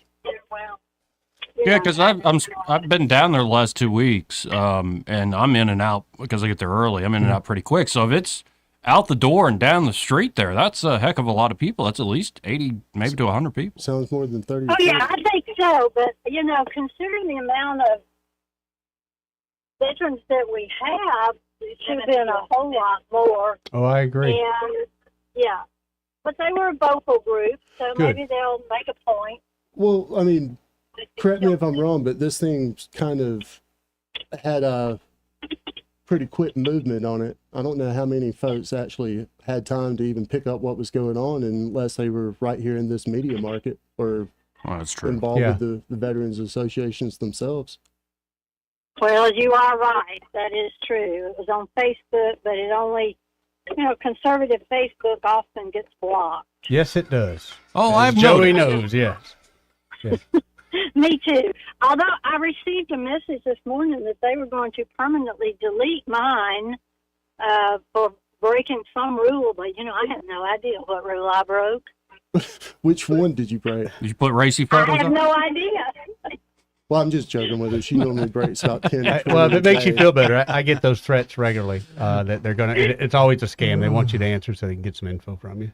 Well, I get them all the time too, and I just deleted it. Exactly right. Did any House members call you out for being a grifter and wanting to milk money off the state somehow? Take some of their money away from them? Well, no, they kind of hide from me. I had on my Who's John Galt shirt, so they stayed far, far away from me. I knew I liked you, Ann. I had a shirt like that. That's pretty good. Actually, I have an extra large. Would that fit? Yeah, that would fit. Yeah. I'll have to send it to you next time I see Byron. Absolutely. Well, I appreciate you calling in, reporting on what you saw, and thank you for being down there. Definitely. And everything. You're welcome. Byron, I'm here for 3 days. If you need to ask me any questions, I'm here for Republican women. All right, Ann. I hear you. Okay. All right. Bye. Bye. So what kind of advice can she give you on Republican women? I'd take all. I mean, I would. Yeah, I would. If I were you, I would take a friend, perhaps. Oh no, I don't play well with others. You're just seeking advice. Yeah, just the way you're saying this, the way you're couching this. He was a social butterfly the other night, man. I want to be a perfect gentleman. That's what I'm saying. saying. I've been trying to get out more. A little bit. You did a good job the other night. No, that was great. I was ready to go home. He was like, No, we're getting one more. Yeah, that's the thing with Joey. I was channeling Jack Campbell. It's tough to get him out, but once you get that tractor cranked, look out. This is why I don't go out. It was fun, though. It was fun. No, we behaved ourselves. We were home by 9 o'clock. Yeah, even earlier than that, I think, actually. Yeah. Like, so it wasn't crazy, but then was down at the Prevail Coffee Union, met somebody. It's more of a professional relationship thing, but great conversation. And honestly, downtown Montgomery's beautiful. I wish there was a little more development in terms of like all that building space right there. I agree 1,000%. There should be a lot going on. I didn't even notice the fountain. We lost another restaurant down there. We had that pub down there, and it went away first of the year. Yeah. Well, we just got a new restaurant, Oliver's. That's Oliver's. Yeah, it's supposed to be. Mike's a buddy of mine. Shameless plug. He's from out of town. He does a lot of the Chicago style sandwiches and everything. Okay. So we need to go check it Well, out. and I've always been impressed with, I guess, Jake Kaiser's places. They're usually always pretty good. I don't think isn't he behind like Vintage Ear and Ravello and all that? Yeah. Sounds right. Yeah. Hey, those places are great. They're high end, and you don't do that every day, certainly. Yeah, but unless you're Montgomery needs that kind of stuff. Yeah. And we just honestly we don't have enough of them. Yeah, my plan is one of these Tuesdays to go to the Vintage Ear Burger Night. They do a burger night with some bourbon samplings and some artisanal burgers. We can do Good that, stuff.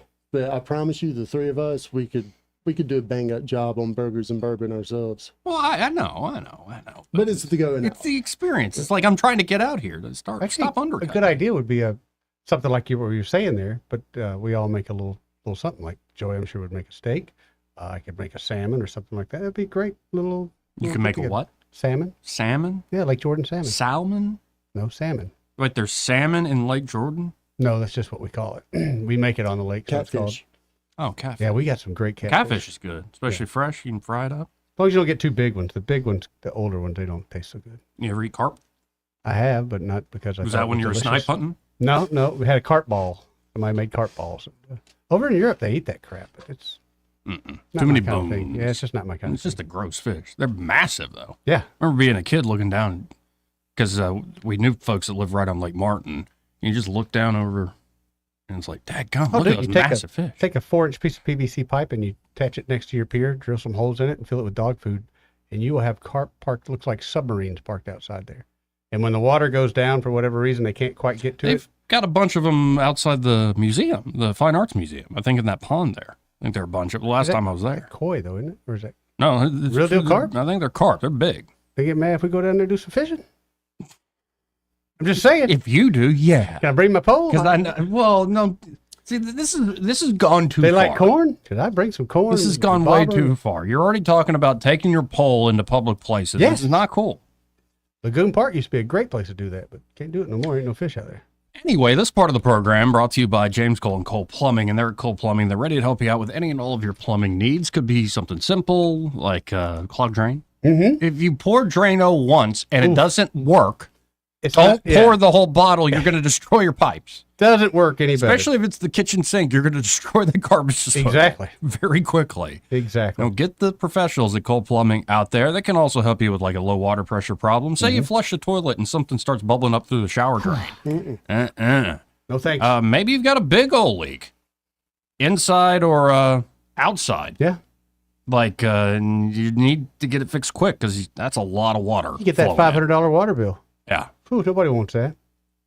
So they can get out there and with minimal discomfort in your home, they can solve that problem. That means they're not going to have to tear out a bunch of drywall inside or dig up a huge hole. And of course, they can also help you upgrade to maybe a tankless water heater system, or if you're wanting to add new plumbing accessories to the bathroom, to the kitchen, maybe it is time for a new garbage disposal. They can do that for you. So y'all check out Cole Plumbing today.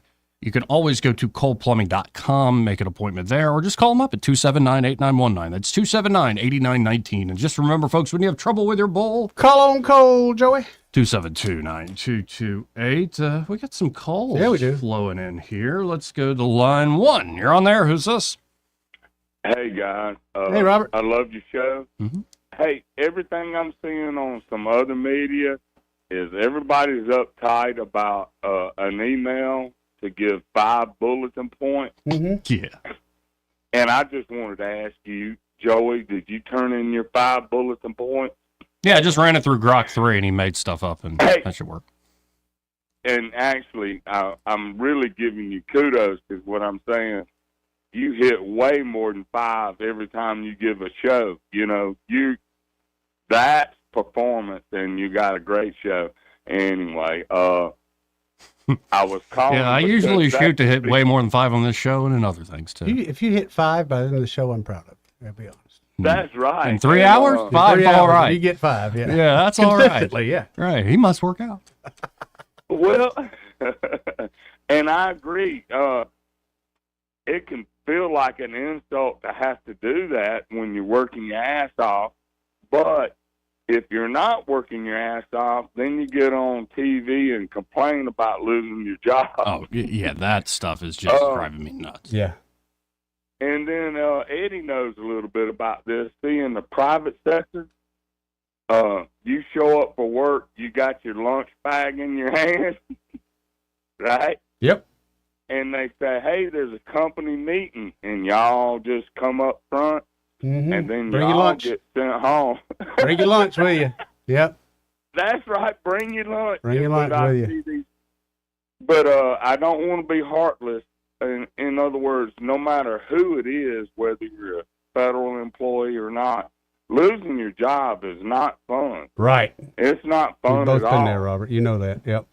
Hey, and so I do sympathize with them to that extent, but the other extent is the people in the federal government act like that ain't been happening for years and years and years all across America. You see what I'm saying? Exactly. My little video plant, when it shut down, it didn't make news. Nobody got on TV and whined. You know what I'm saying? Mm-hmm. It just happened. And what I think's funny about the 5 bullet points is the first bullet point is, hey, what'd you do last week? Well, first thing is I responded to this email. There's a gimme right there.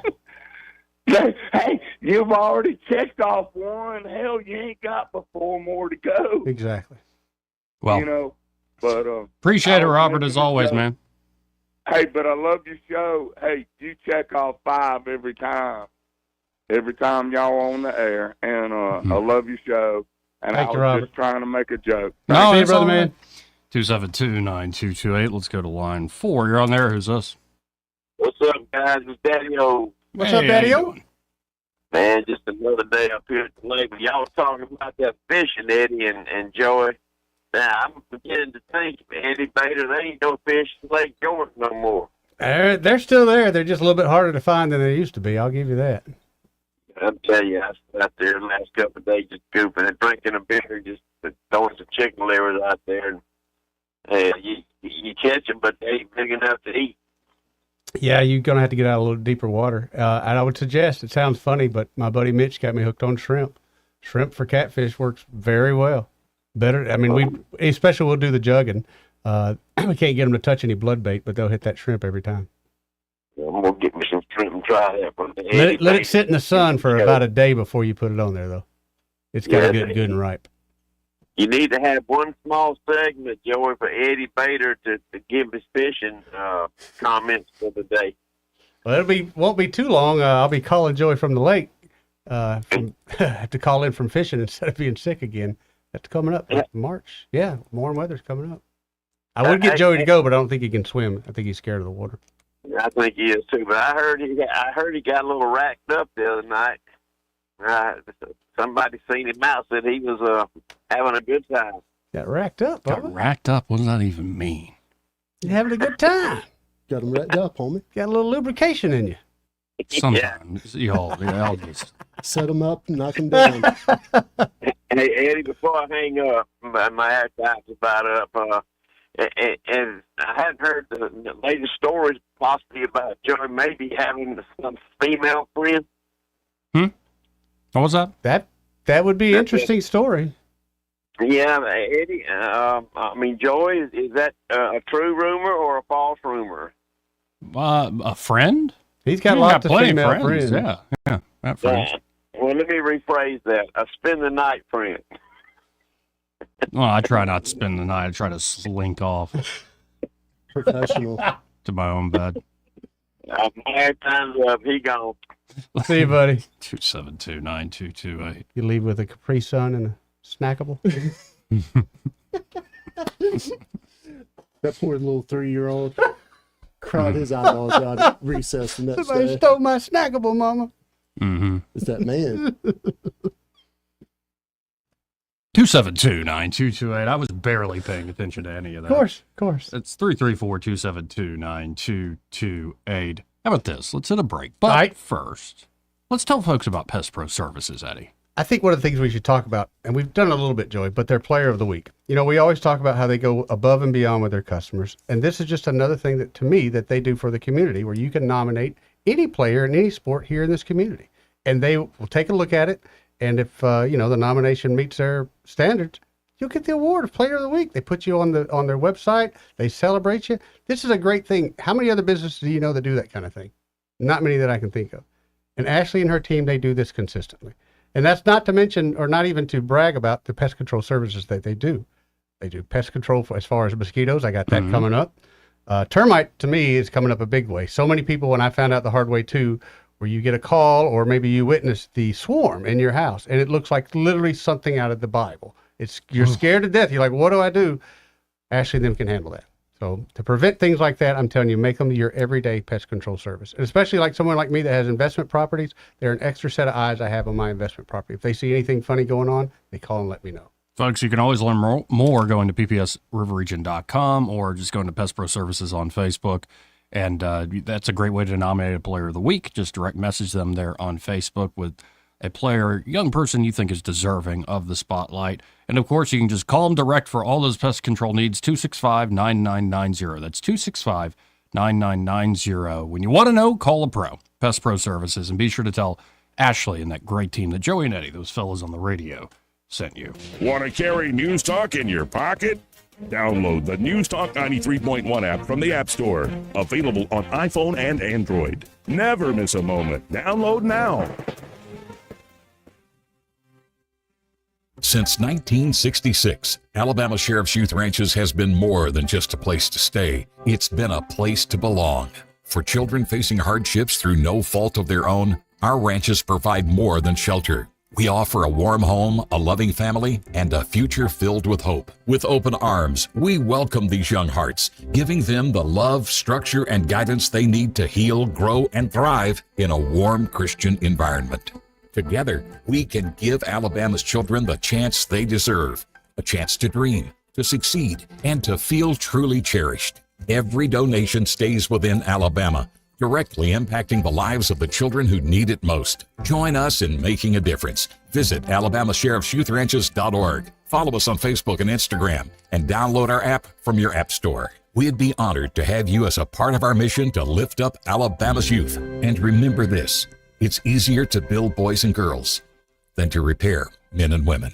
The Tears family has been your local Roto-Rooter service since 1964. Drain cleaning, plumbing repair, and those troublesome septic tanks, no problem. Technology has changed a bit in the last 54 years. Video inspections of lines to locate problems is available, as well as scheduling your appointment online. River Region residents have trusted Roto-Rooter for over half a century. You can too. Call today at 272-7130 or visit online at rotorooteralabama.com. Call Roto-Rooter, that's the name, and we go troubles down the drain. Roto-Rooter. Are you tired of the mainstream media's biased reporting? Do you want to stay informed on the news that really matters to you? Look no further than 1819 News. At 1819 News, we bring you the latest in Alabama news, politics, sports, culture, and more. We've assembled a team of journalists with Alabama values dedicated to the truth and the truth alone. Visit us at 1819news.com today. That's 1819news.com. Subscribe to our newsletter. Honest News, Alabama Values. Adams Drugs has been committed to the health care of the people of the River Region for over 62 years. We value the trust each customer has in our pharmacists, techs, and entire staff. If you have not experienced the difference of Adams Drugs and are not satisfied with the customer service that you get in the big box stores, we invite you to visit any of our locations and see how committed we are to your satisfaction. Adams Drugs offers a variety of services that you will not find in all pharmacies in the River Region. Personalized compounding, area-wide delivery, wellness screenings, immunizations, medication consultations, and specialized packaging, just to name a few. Visit us at our website, adamsdrugs.net, and find the location nearest you. Adams Drugs has 12 convenient locations to serve you. Your satisfaction is our #1 goal. Adams Drugs is your local Health Mart pharmacy. Health Mart, taking the time to listen and care. If you're living with dry age-related macular degeneration or dry AMD, you may be at risk for developing geographic atrophy or GA. GA can be unpredictable and progress rapidly, leading to irreversible vision loss. Now there's something you can do to slow it down, get it going slower. Izervay is proven to slow GA progression.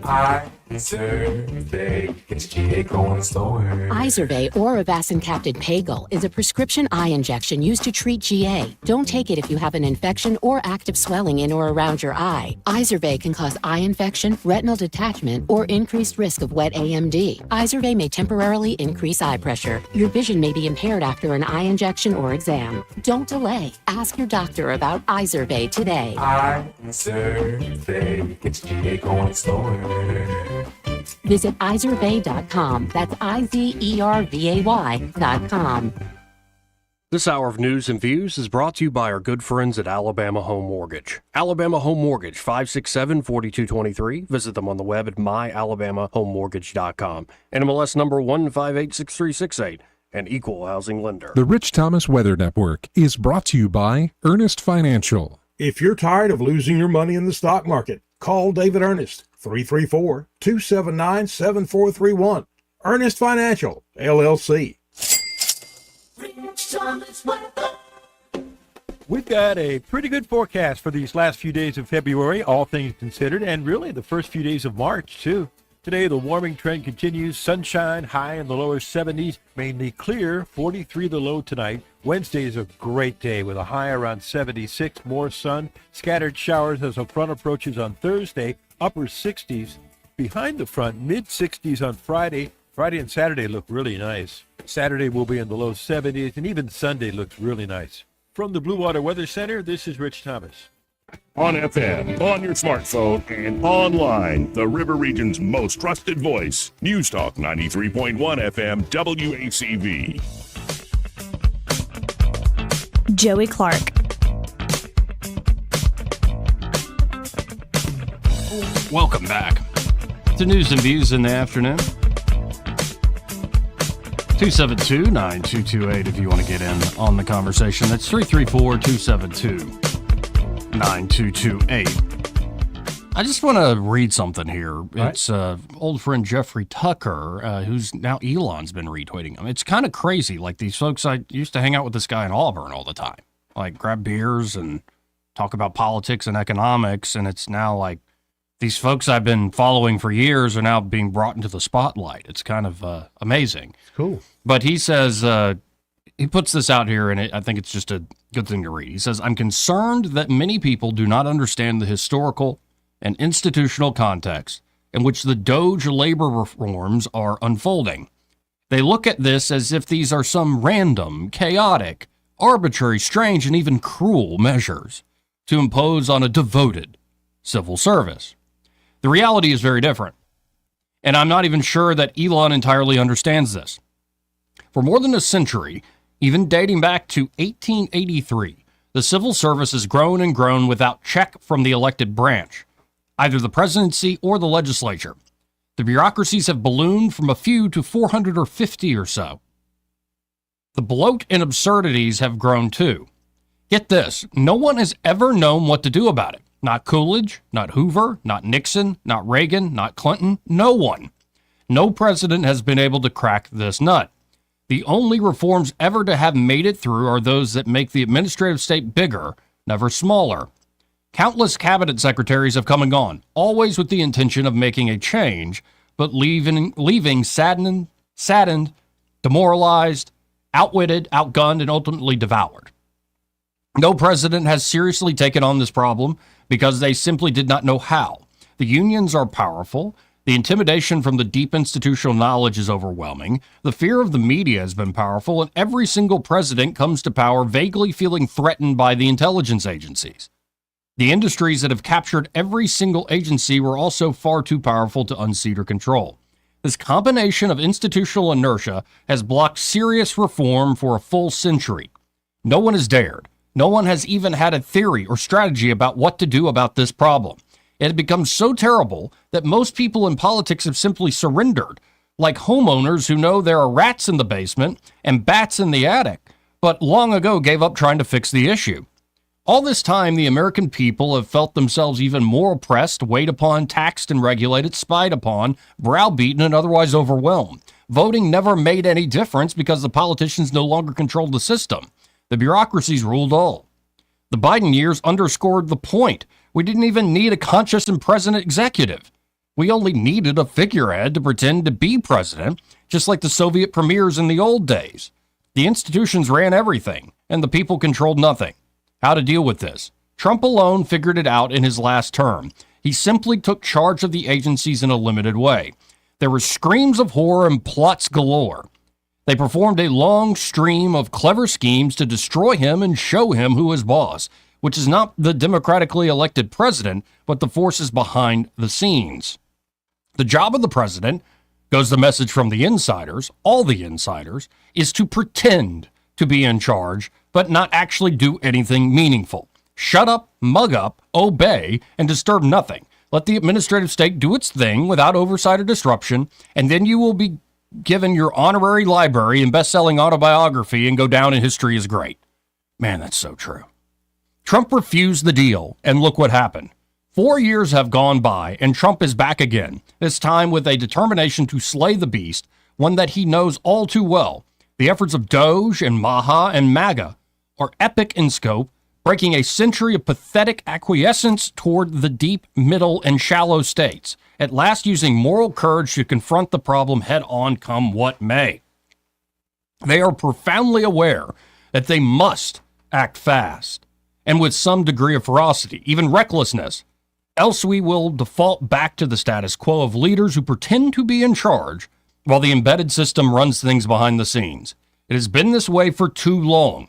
The voters this time have demanded change and mustered the faith to believe that change is possible. This is precisely what Doge is attempting, to make good on a promise that for once the voters actually believed was credible. They simply must succeed.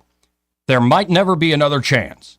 The way of failure is the path everyone knows the U.S. was on, toward economic stagnation, political sclerosis, and eventual irrelevance in the unfolding of the next stage of social evolution. Again, that's an old friend, Jeffrey Tucker. And the guy's got away with words he always has. But I think he's absolutely right. You got to move quick. You have to move incredibly quick.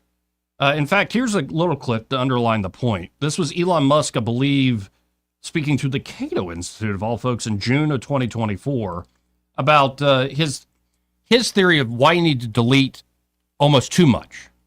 You need to go fast and delete almost too much. Well, I'll let Elon speak for himself. Afraid to delete things, and I'm like, well, let's just go ahead and do it. And if you're not putting a little bit back in, you're just not deleting enough.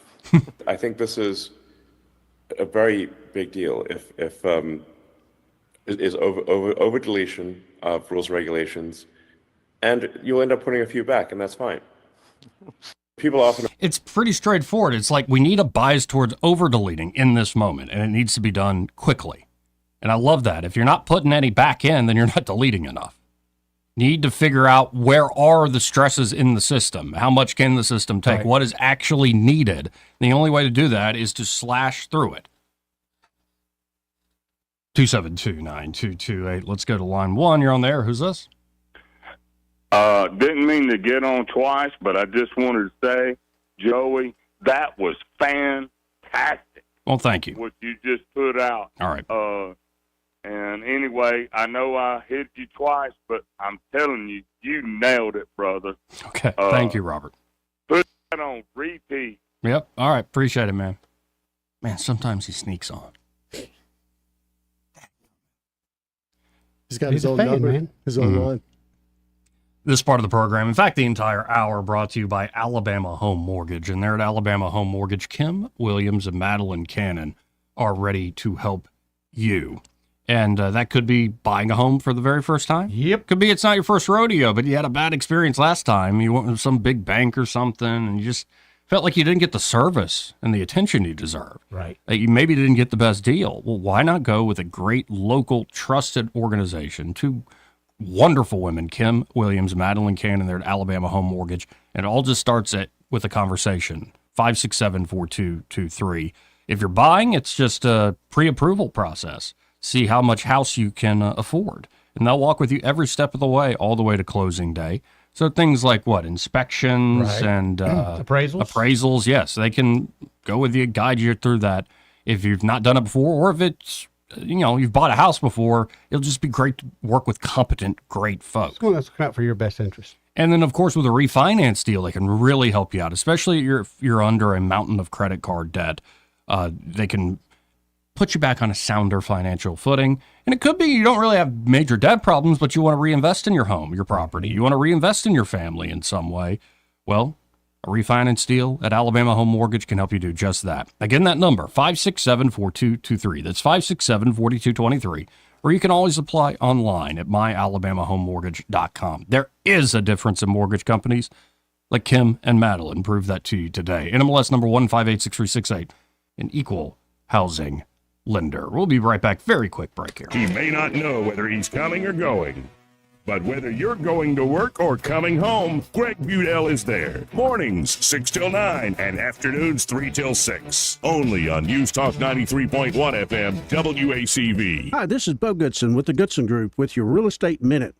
My last message was the report for 2024 real estate market in the River region. According to industry experts, they predict for 2025, we will have more inventory to choose from for our buyers, more buyers for sellers to show their houses to. Here are 5 tips for buyers or sellers in 2025. Number 1, sellers need to price their home at fair market value with the help of your realtor. Number 2, buyers need to be pre-qualified by a local lender prior to shopping for a house to save them time.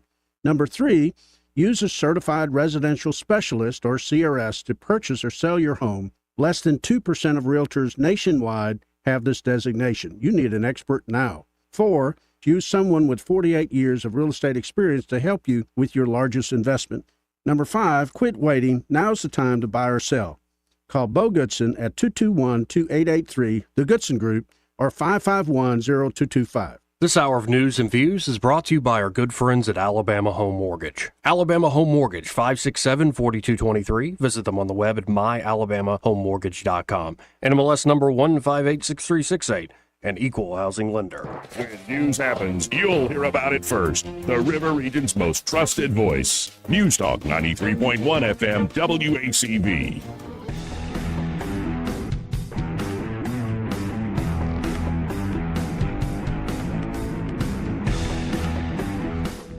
Welcome back. You know, as the Alabama GOP-dominated, so-called GOP-dominated legislature is worried, oh, I think we cut taxes too much with the overtime tax exemption. No. They think they cut taxes too much? Yeah, it's my op-ed out today. And, yeah, I'll just be blunt about it. You had Speaker Ledbetter like, well, we're getting the full fiscal note in, and it could be over $500 million. I don't know what we're going to do, but we'll take a conservative approach. And I'm like, wait. So this can cut the other way, Mr. Speaker, and leadership over there. If you're worried about losing $500 million, how do you think people that work overtime, work themselves to the bone, how do you think they feel when it comes to you removing $500 million, over $500 million from their pocket, from their wallets?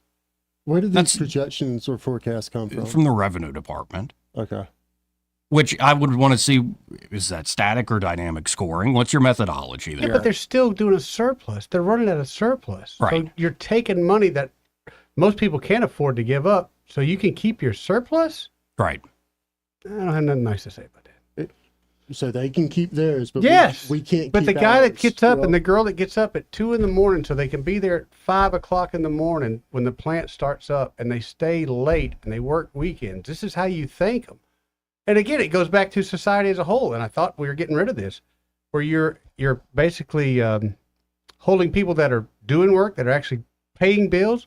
You're punishing them. And the folks that don't want to work, hey man, you're getting a free ride. Yeah. What the hell? Yeah.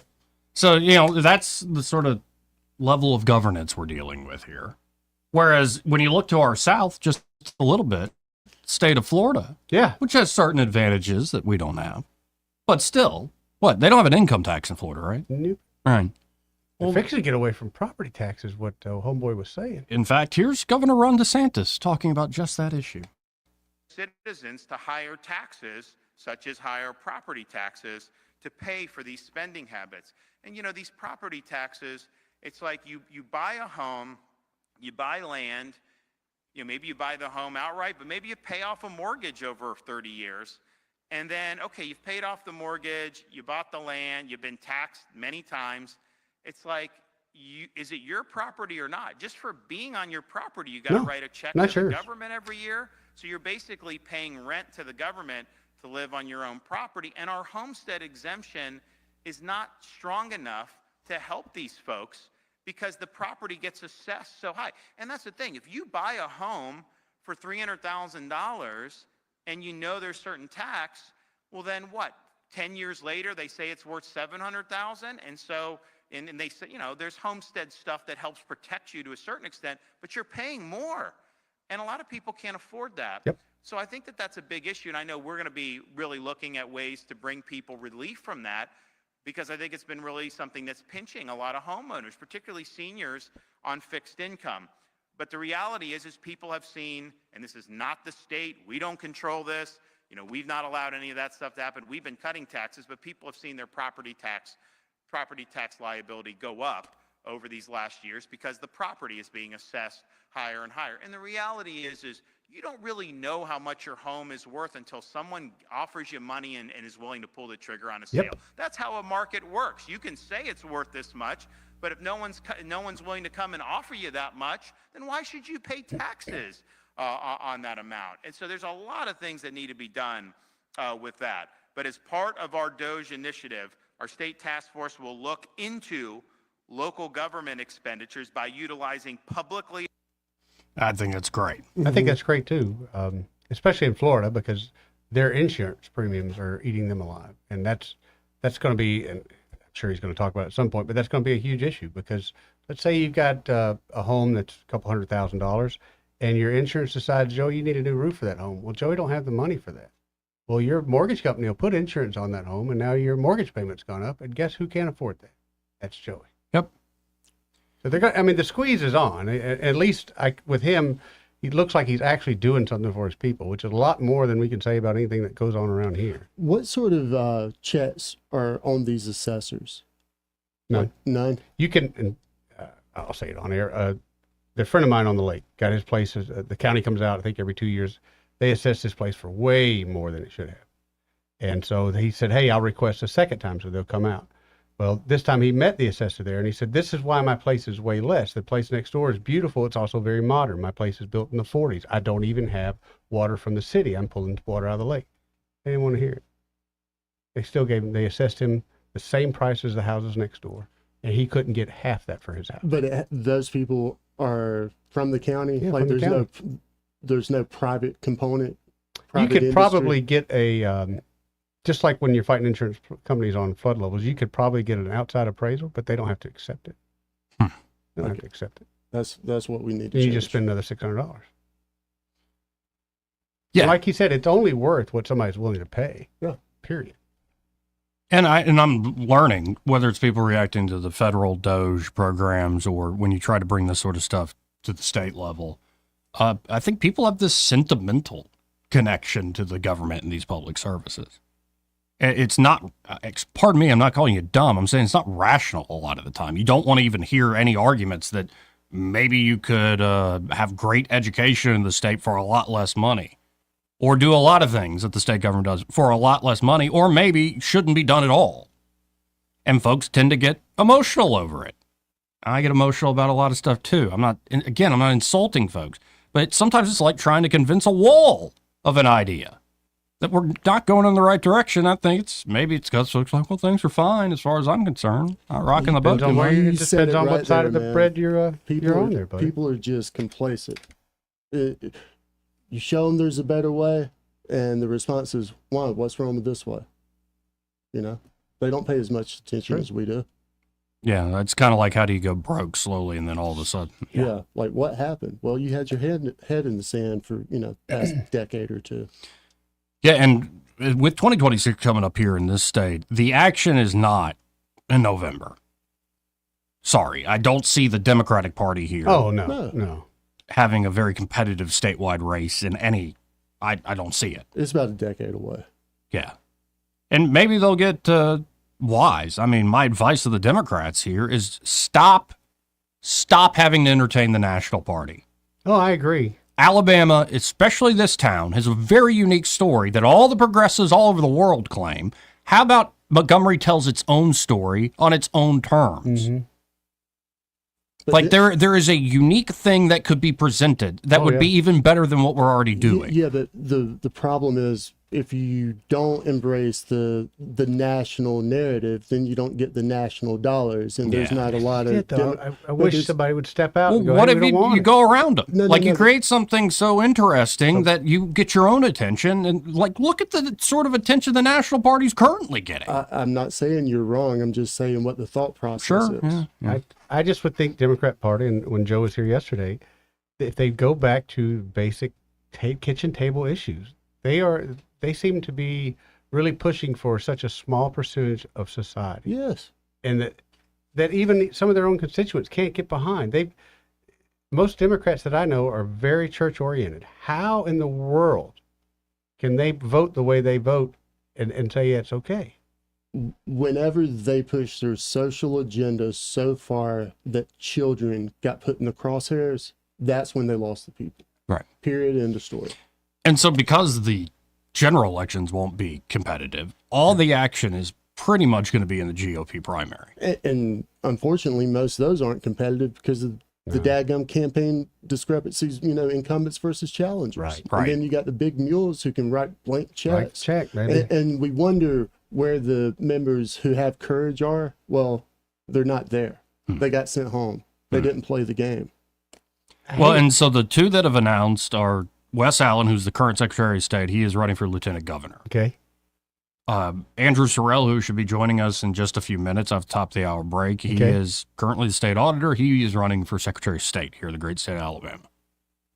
It is presumed, he is not announced, but I think you can surmise this, that Lieutenant Governor Will Ainsworth is running for governor. I was going to ask you where we're at with that.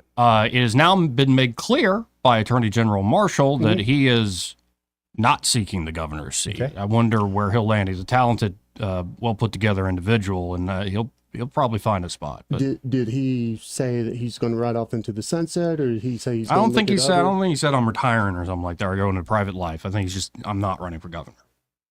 He made that clear. I don't know. Maybe there's a judgeship in his future. Maybe there's opportunities in D.C. Maybe there's opportunities and things we haven't even thought of. But I think that guy's all right. Maybe the good senator comes back and runs for gov. And so Governor Tuberville, and then you have an open Senate race. And Marshall was just smart enough to know that and say, I never said I was running for governor because I knew that Coach was coming down. And well, you know about this, man. Huh? You talking like you know something about what you talking about? That's what I'm talking about right there. Yep. We'll see. But the announcements are already rolling in. And again, all the action will be in the GOP primary. And it's a long way off. It's about a year away, right? I got a feeling that some of these House members are going to get a chance to meet all their constituents again because some of them are going to catch primary opponents. Interesting. I'm all about that. Mm-hmm. Competition brings out the best in all of us. Oh, there's Dan Pena on Fox Business. How are they letting him on cable news? That guy can't talk for a minute or two without dropping F-bombs all over the place. I love the guy. Like, he's fantastic. He's sometimes, over the Joe, top. you get rolling. It's tough, man. It's tough. What's his connection to Montgomery? Dan Pena? No, the guy on the left. Charles Payne? Yeah. I don't know. I don't know. I sold him a beverage one day here in Montgomery. He said he was visiting some family. I didn't know that. Charles Payne of Fox Business? Yeah. Interesting. It was a great broadcaster. It was about 10 years ago. Huh. Yeah, I can't believe Pena. That guy's hardcore, dude. You'll go to his lecture, you'll pay thousands of dollars, and he will cuss you out. Well, no, he also does this leadership program where you have to pay him, I think, $30,000 in silver. Yes. And you're essentially living in some castle, I think it's Scotland. And he breaks you down. He makes you fill out a questionnaire to break you psychologically after he learns about you. He has these weekend seminars. That's so what he does. The whole idea is I break people down and then I build them back up. And you're talking about folks that went from nothing to multi-millionaires, hundreds of millions of dollars in their pocket because they learned what he knew. And it's probably not fun. No, I'm telling you, I've seen the and he'll TikToks. tell you to get the F out, if he doesn't like you and you're not good enough. He will break you down in front of God and see a everybody. documentary on this. I want to see some of the people who got sent home early. Oh, just look him up on. I'm sure it's on Reels too, but TikTok. They will literally put them out there, 15-minute clips. Some of them are really inspirational. You're like, yes, but some then you are catch really foul mouthed. Yeah, you catch the downwind ones, and you're like, woof! I feel like crap. And he ain't even talking to me. I guess if you want to talk that way, you got to be a billionaire. Not everybody's a snowflake, man. All right. Yeah, not in there. They ain't. Yeah, and I go back and forth where I do want to see, say, permanent tax cuts for hardworking people here in the state. But when I hear those, slogans, which side are you on? Government, federal government, and police are coal miners in Kentucky. Give me a freaking break. Yeah. No. I'm on the side of the billionaires trying to innovate the future. Some of them, there may be trust fund babies. A lot of them, like Pena there or Elon Musk, built something. Yeah, He's one of the guys who's been broke several times. Let's take the money away. Let's take the wealth away. Yeah. Either we had the people who are trying to advance, streamline, bring in to light certain things that everyone should know, or you have the old people who are guarding the status quo. Now, the old people guarding the status quo have a boatload of money, too. There's that castle that he's done those things in Think Scotland. you'd ever handle one of those things? One of those retreats like that where they... Oh, man. You're a changed man when you leave. Maybe. If it's I don't have anything to lose and let's just go through this, maybe. But... Who's the other guy? Tony... Robbins. Yeah. He's been very successful. Right. Anyway, we got to get behind that. We got to hit our top of the hour break. We should have State Auditor Andrew Sorrell on. Broadcasting from the Riverside Chevrolet Master Control Center, this is WACV Cusana, News Talk 93.1 FM. When it's Chevy, it's Riverside. With SRN News, I'm Jason Walker. Very scary video this morning at Midway Airport in Chicago. A Southwest Airlines plane was landing and had barely touched down when a private jet crossed right in front of the aircraft. Southwest pilot quickly pulled up and a possible disaster was averted. Supreme Court says people who score early court wins in civil rights cases will not necessarily be able to recover their legal fees. The Senate has confirmed Dan Driscoll to be the new Army Secretary, voting 66-28, put the former soldier and Iraq War veteran at the helm of the service. Big-time feud between New York Governor Kathy Hochul and her Lieutenant Governor Antonio Delgado. Delgado says he will not be on the ticket with her next year. This is SRN News. For many out on the streets with no address, when the hope dies, it's hard to be found. You get these people off our streets now. It's not that simple. They're human beings. Where are they meant to go? Homelessness could happen to anyone. I don't know how much longer I can do this. Their story is our story. You never know in life why things work out the way they do. Never give up. No Address, starring William Baldwin, Ashanti, and Ty Pennington. In theaters this Friday. Get your tickets at noaddressmovie.com. Let's see, if something costs less, but people are happier with it, that sounds like something to look into, and that is MetaShare. Maybe you've heard joining MetaShare can save families up to $500 a month, and obviously that's a big deal, but they like it too, especially being part of something that reflects their values instead of working against them. So yeah, really, you can save a ton and like it better. Imagine being happy with how you're taking care of your health care. Find out more. Call 833-34-BIBLE. That's 833-34. Rich Thomas Weather, a service of Wiley Sanders Truck Lines, where over-the-road dump truck drivers are needed right now. Home twice a week and every weekend. Must leave early on Sunday with Blue Cross Blue Shield. Call them now at 855-777-9785. We've got a pretty good forecast for these last few days of February, all things considered, and really the first few days of March, too. Today, the warming trend continues. Sunshine, high in the lower 70s, mainly clear, 43 the low tonight. Wednesday is a great day with a high around 76, more sun. Scattered showers as a front approaches on Thursday, upper 60s. Behind the front, mid-60s on Friday. Friday and Saturday look really nice. Saturday will be in the low 70s, and even Sunday looks really nice. From the Blue Water Weather Center, this is Rich Thomas. This hour of News and Views is brought to you by our good friends at Cole Plumbing, 279-8919. Cole Plumbing is number one in the number two business. You don't have to dig a hole. They have proprietary pipelining technology. Ask them about their tankless water heaters. Remember, when you have trouble with your bowl, call on Cole. Hello, everyone. Robbie Pelt with Capital City Roofing. If you think about it, your home is your biggest investment in life. Your roof covers your home, so why jeopardize your biggest investment on a roofer you don't know anything about when you can deal with a reputable roofing company like Capital City Roofing? We have an A+ Better business rating and the best manufacturers and workmanship warranties available. We do all residential and commercial roofing applications that are certified through the manufacturer to ensure you get the best material and workmanship money can buy. We also have your project in our best interest before and after construction has been done. Don't hesitate to call us if you have any roofing issues or questions. We will match any of our competitors' price and give you the same great workmanship warranty. We also give free estimates. Give us a call today and let us show you the difference. 277-3311. That's 277-3311. Or you can check us out on the web at www.capitalcityroofing.com. Capital City Roofing. We capitalize the roofing industry. The views and opinions of the following program are solely those of the host and other contributors. These do not necessarily represent those of Liberty Acquisitions 825, Blue Water Broadcasting, its management, staff, or any advertisers.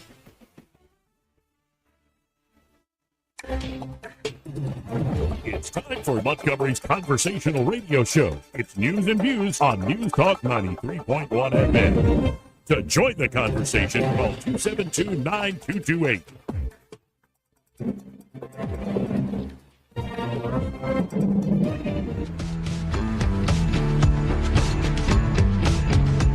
Joey Clark.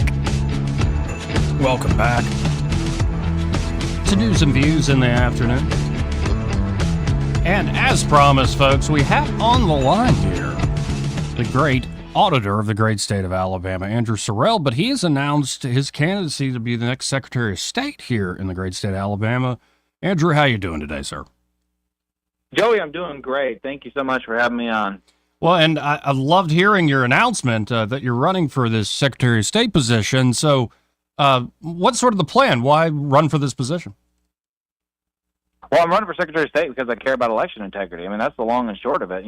Great strides have already been made on election integrity under previous administrations and the current administration, but I want to finish the job. So, in Alabama, we do elections the right way. We vote in person on election day with a photo ID on a paper ballot. So I think our elections are really good, but they're not perfect. And I won't stop working until they are, because I've seen a lot of Alabama races come down to just a handful of votes. You may remember some of these, Joey. We had Debbie Wood, Representative Debbie Wood, won by 6 votes in 2018. We had the Jay Hovey, Tom Watley Senate race come down to a single vote. We had a Conecuh County Sheriff's race that's still being litigated to this day that came down to a single vote in Alabama. So Alabamians deserve to know that every vote that was counted was actually a legal vote. So that's the long and short of why I'm running. Here. And it seems like the same approach you brought to the auditor's office, you're going to try to bring improving upon past secretaries, but bring a sort of streamlined efficiency approach. Yes, and speaking of the auditing duty, I had someone call me the other week, and they said, "You're not going to support that election audit bill, are you?" And I said, "You do realize you're asking the state auditor if he's in support of auditing stuff, right?" And the answer is yes. Of course I'm supporting the election audit bill. I'm going to support, I think financial audits are good and healthy. I think performance audits are good. Procedural audits are great.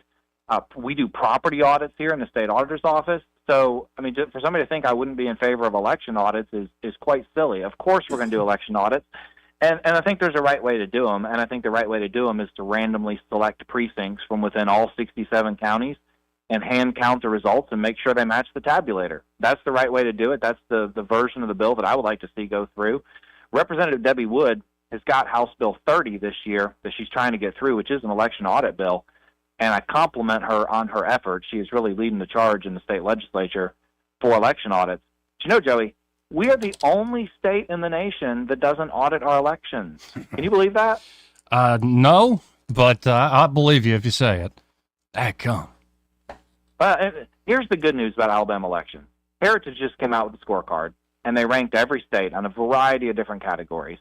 Alabama, I'm pleased to say, was ranked second. We're tied with Georgia and Florida for second place. Tennessee is number 1. I'm so excited to see Alabama at the top of something other, college football and apparently elections. We do right here. But, the old, we're 49th and thank God for Mississippi thing doesn't apply to our elections. We have great elections in Alabama, but one of the categories we got a score of a 0 in was election audit, because we don't have an election audit. By the way, Tennessee also outperformed us on cleaning up our voter rolls. They outperformed us by 6 points in that category.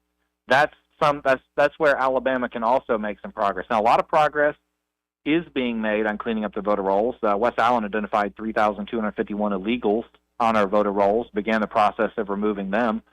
There's hundreds of thousands on our voter rolls now that are not properly registered. They don't have that driver's license number or the last 4 of their social to verify their identity.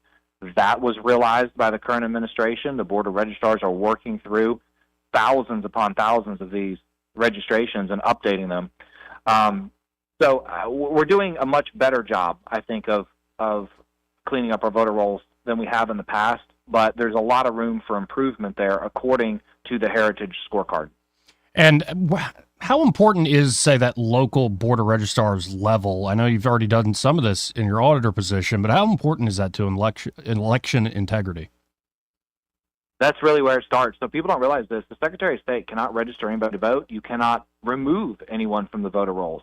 The only thing you can do as Secretary is send referrals. You can get a voter registration and send it to the local Board of Registrars in that county, or you can get information that so-and-so needs to be removed from the voter rolls, and you send that to the local Board of Registrars. But you can't remove them yourself. There's 3 registrars in every county in Alabama except 2. Jefferson County only has 1 registrar. Barber County has 4 registrars, 2 at each location of their courthouse. But the registrars in 65 of the counties, there's 3 each. One of them is appointed by me, one is appointed as auditor, one is appointed by the governor, and one is appointed by the agricultural commissioner. those are the people who make the decision of whether or not you come onto or get off of the voter rolls. So I can't overstate the importance of the Board of Registrars. Now, thankfully, I just got a text a few minutes ago from my Chief of Staff. She said the pay raise bill for the Board of Registrars just passed. That's wonderful news. The registrars make $85 a day and no benefit. It's hard to find people who are willing to do a part-time job for $85 a day with no benefit. This pay raise would put them at $115 a day, which is still not great, but it's a lot better. Well, that's good to hear, and it's good to know that you're already been part of this process of election integrity even before trying to take on this role as Alabama Secretary of State. And I know voting is the top of the mind thing, and election integrity is top of mind for a lot of voters still. But the Secretary of State's office also covers, say, government records management and business records. Is there a plan to where it needs it to streamline that process as well? Well, there's a plan to streamline everything. So you're right. The Secretary of State's office has 1,000 duties assigned under the Alabama Constitution and under Alabama law. Lots of those are business services. They're record keeping. Sports agents register with the Secretary of State's office here in Alabama. You actually have to sign off on forms for some types of international adoptions. So the Secretary of State's office is much broader in its duties than the auditor's office, which is quite narrow. There's really only 3 or 4 duties assigned under law to the state auditor. But, on the topic of, let's talk business services for a minute. Mm-hmm. There's 9 pages of fees. If you go to Secretary of State's website, you can view the fees that are charged, and they're very nicely laid out, the description of the fee, how much it costs, and the Alabama code section that authorized that fee. 9 pages of fees. And some of these fees are, quite frankly, too high. You have to pay a $100 fee to dissolve your entity. So if you have an LLC, maybe it didn't go well, you're losing money, you need to shut it down. $100 fee on your way out the door to process a simple form to close your LLC. Well, Joe, I got news for you. You're not closing your LLC if it's making a ton of money, right? There's only one reason you close your entity. So I hate to kick people in the rear end on their way out the door, with a $100 fee. There's a fee I had to pay a couple years ago. It's the reason I know this fee exists. To update your business's registered agent is $100. It's a simple form. It's a name and address of your new registered agent that you send in to the Secretary of State's office, $100. Now, the Secretary by himself is unable to change this. On 90% of the fees, they're set in Alabama code. We would have to actually get a law passed to change the fees. So my plan would be to come in, go through those fees with a fine-tooth comb. I want to see which ones we can afford to lower. My opinion on fees has always been they should reflect the actual cost of administration. So if it costs you $80 in labor and you're only charging a $40 fee, well, then you're subsidizing. But if you're charging $180, now it's not a fee anymore. Now it's a tax because you're actually just charging people more than what you need to accomplish that service. So I'm going to look at all the fees. Everything's on the table, and we're going to see what we can do to lower business service fees for people in Alabama. Yeah, and I didn't even know about the closing down an LLC. Is that what the miserable failure tax? Or, that really is salt in the wound. If, I'm shutting down my business, I got to pay something on the way out. On the way down. Yeah, no, that's exactly right. I don't think people realize that. When I went to update my registered agent, I was expecting a $10 or $20 fee, and it was $100. I couldn't believe the cost. This form took me 2 minutes to fill out, and it's going to cost me $100 to file.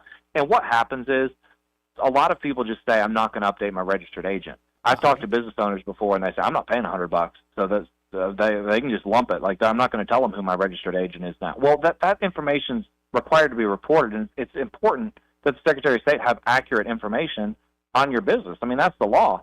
But the fees are so high, it's actually discouraging people from self-reporting those registered agent updates, and that's a shame. And the Secretary of State has the ability to adjust those fees yourself? No. On 90% of the fees, no. You would have to go through the legislature. On 10% of the fees, yes. Okay. For instance, the cost of the voter rolls is 1 cent per record for the voter rolls. So if you said, Andrew, I want to purchase the 3.8 million registered voters in Alabama, that's public information. It costs you $38,000 to buy the voter roll. That's the highest in the nation. All 49 other states is cheaper than what we charge here in Alabama. That one, I believe the Secretary can adjust by himself. That would be something I would look into doing immediately. Probably first week in office, I would look to slash the cost of that. It's a transparency thing. People in Alabama have a right to know who is on the voter rolls. And the reason I say that with such confidence is because it's in the law that they're allowed to see it, because the probate judges are required to publish the voter list every 2 years before the primary. Probate judges pay newspapers in this state to print a list of all the registered voters in the newspaper. This is public record, is public information, and nobody can afford to pay $38,000 for the voter list. So we need to look into lowering that fee as well. Here. Well, you always are on top of things, the details, and your presentation is always fantastic as well. And when does the actual voting begin? What's the first primary vote? What's the date? So May 26th of 2026 is the primary day. The runoff would then be 4 weeks later. So we are about 15 months out. I have never announced for an office this early. When I ran for the state legislature, I announced a year out. When I announced for a state auditor, I announced 11 months out. So this is a little new to me, coming out so early. But with our current Secretary, Wes Allen's announcement last week, he's going to run for lieutenant governor. I've known he was going to do that for months leading up to this, so this wasn't a surprise to me, so I was ready. I went ahead, I declared early. I'm very interested in the position. I think you won't find a politician in Alabama who's going to be stronger on election integrity than I am. So I really think I'm the perfect person for this job. And one of the advantages about electing somebody who's been a legislator is to have a voting record. So not only did I have a perfect 100 on my American Conservative Union scorecard in 2021, I've got the chairman's commendation from the Republican Party for my work on civil asset forfeiture. I've got a Conservative Policy Warrior Award from the Alabama Policy Institute, and I got a perfect voting record on all things having to do with election integrity. The Zuckerbucks ban, banning the private money from coming in and influencing our elections and paying poll workers and buying equipment. We don't need private money in elections. That's ripe for fraud. The curbside voting ban. Back during COVID, people wanted to pull up in their car, have a ballot delivered out to their car. They fill it out, and then the poll worker is supposed to walk it back in and put it in the machine. That's not a safe system. How do you know that they're not throwing your ballot in the trash can on the way in if you voted for the person opposite of who they're supporting? Right? And then the ballot harvesting ban, SB 1 that passed last year. I vocally supported that. Of course, I was no longer in the legislature by the time that passed, but I was a vocal supporter of SB 1. So I've got a really strong record on election integrity. I think I understand the issues the Secretary of State's office is facing, and I want to build upon the strong foundation that's been laid by the previous Secretary of State's administrations. John Merrill, when he was in there, he got business services running efficiently. Those things, it used to take you 90 days to get paperwork back from the Secretary of State's office. Now you get it back same day.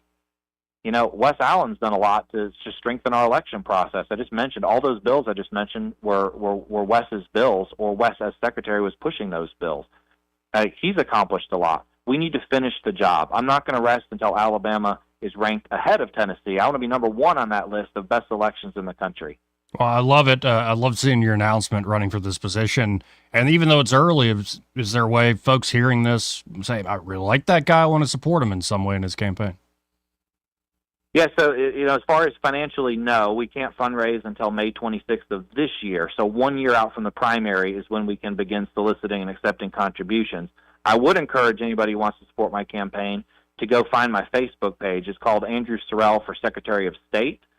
And they can like that page. It's got about 7,000 likes from where I ran for auditor and other stuff previously. So go ahead and like that Facebook page and follow along with the campaign. Of course, we'll have the website launching soon, and then we'll be doing a series of press releases as we roll out my full platform over the coming months. And I'd be happy to come back on and discuss those with you as we kind of unveil each piece. But it's going to be pretty extensive. Like I said, when there's 1,000 things the Secretary of State's assigned to do, there's a lot of different topics and subtopics to talk about. So Absolutely. We'll be covering all of those in the next 15 months. Well, and I've really enjoyed your guest hosting appearances, so you're always welcome even on a busy campaign schedule here in the studio, sir. Well, thank you. I'll certainly try to make it back in. I like to do that with you about once a month or so. I wish I could do it once a week, but when I won my state representative race, I looked at my schedule and told my wife, we have over 100 things on our schedule. I said, I don't ever want to be this busy again. And I looked at it this morning, and I had 278. So I'm just used to it now. I'm just accepted I'm going to be busy, but that's okay. They say if you want something done and done quickly, get a busy person to do it because they know how to budget their time. And I think there's a lot of truth to that. So we will make time. We will come guest host again, and I always enjoy doing it with you. And I certainly do appreciate you getting me on to kind of give me some coverage on this announcement. Well, appreciate it, man, and we'll talk again soon. Thank you. Okay, thanks, Joey.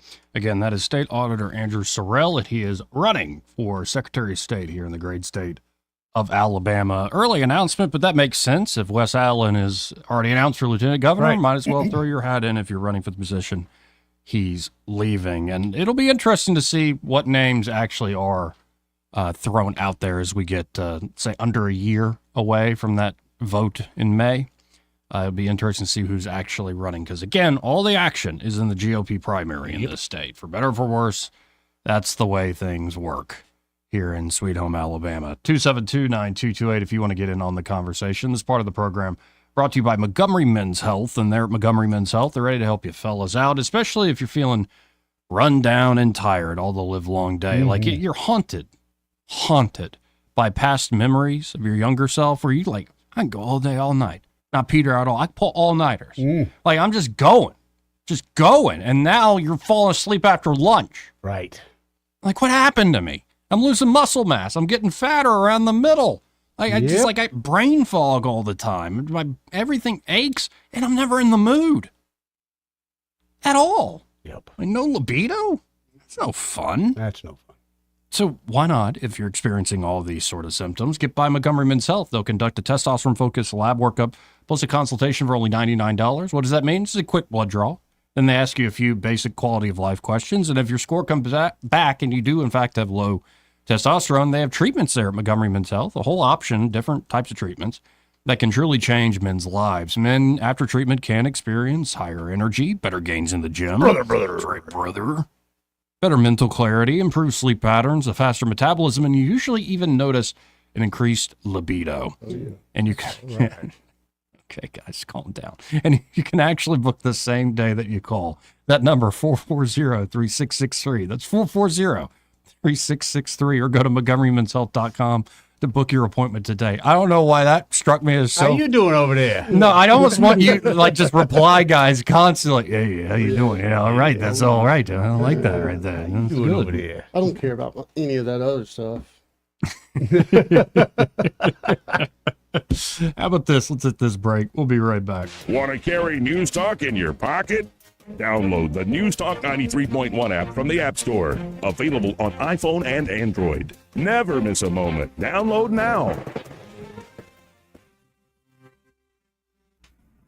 1819 News. The Alabama House Veterans Affairs Committee is moving forward with a bill to restructure the Alabama Department of Veterans Affairs. This is all coming despite the fact that there's growing opposition from veteran groups here in the state to that bill. The bill would transfer power to the governor in appointing a commissioner as well as some of the board members. Those changes allow for the governor and not the board to hire or fire the commissioner, and it turns the SBVA into an advisory board. The chairman of the House committee, Ed Oliver, is moving the bill forward within the House with no more amendments added to it other than the ones added over in the state Senate. Oliver says the full House will vote on the bill sometime next week. Veterans groups are planning to rally today at the Alabama House to protest the bill. They want to keep the Veterans Department apolitical and with accountability built in for its leadership. I'll be back with more Alabama stories after this. I'm Amy Beth Schaefer with Alabama Unfiltered Radio, and when I need the news and I need it fast, I turn to Andrea Tice and the Daily Detail. On my way in, it is the most convenient, best way for me to digest what's going on so that I can use it for our show. She tells you what's going on in Alabama that day first and fast. So listen to the Daily Detail with Andrea Tice. Don't miss out. The Daily Detail is available wherever podcasts are found.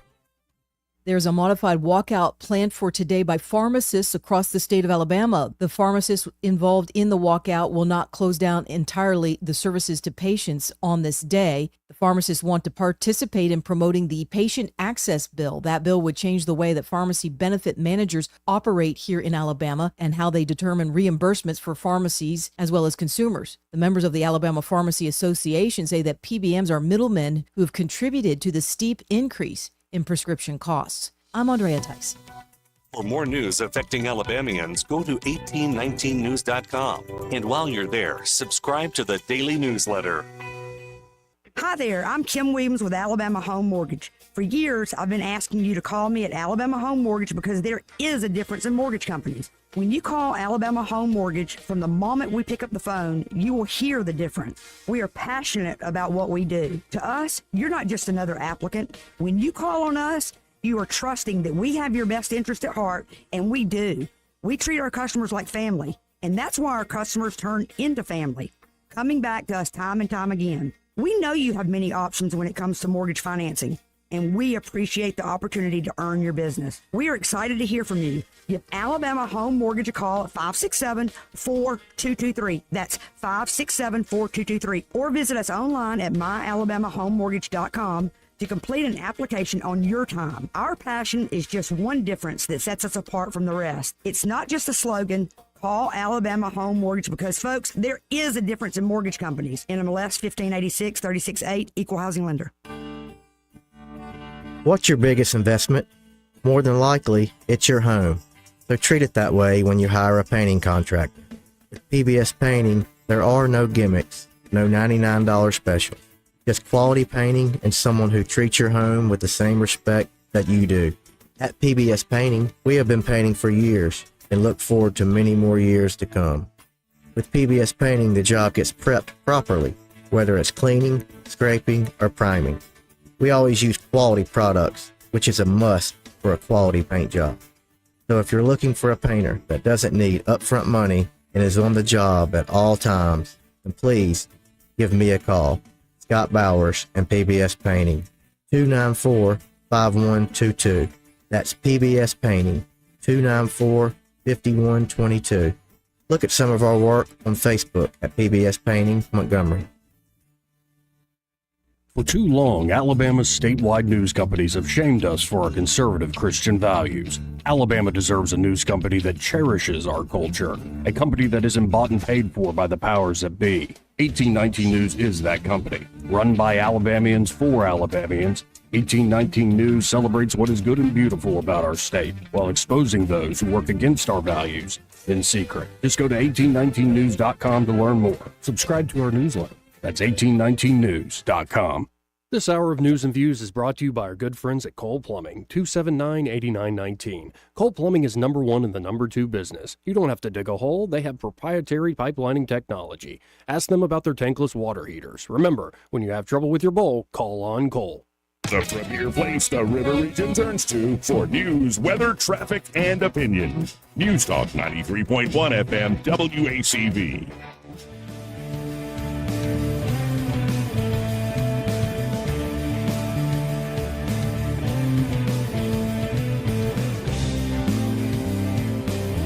Joey Clark. Welcome back.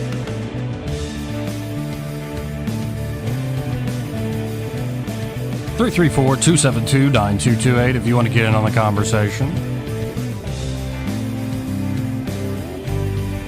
And, well, we have some breaking news here from Caroline Leavitt, the press secretary there at the White House. I'll just let her speak for herself since she's so good at it. This is directly from the podium there, just broke.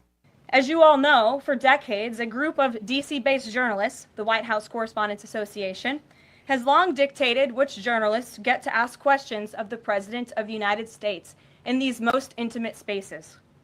Not anymore.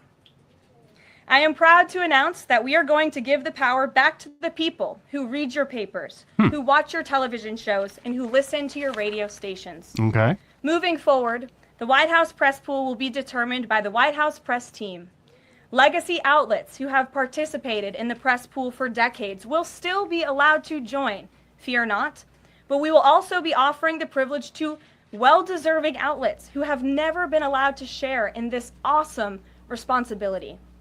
Just like we added a new media seat in this briefing room, legacy media outlets who have been here for years will still participate in the pool, but new voices are going to be welcomed in as well.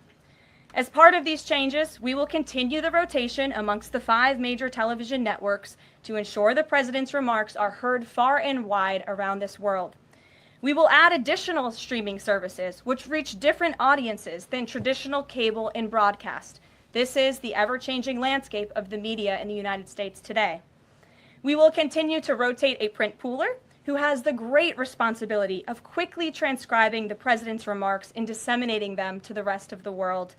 And we will add outlets to the print pool rotation who have long been denied the privilege to partake in this experience, but are committed to covering this White House beat.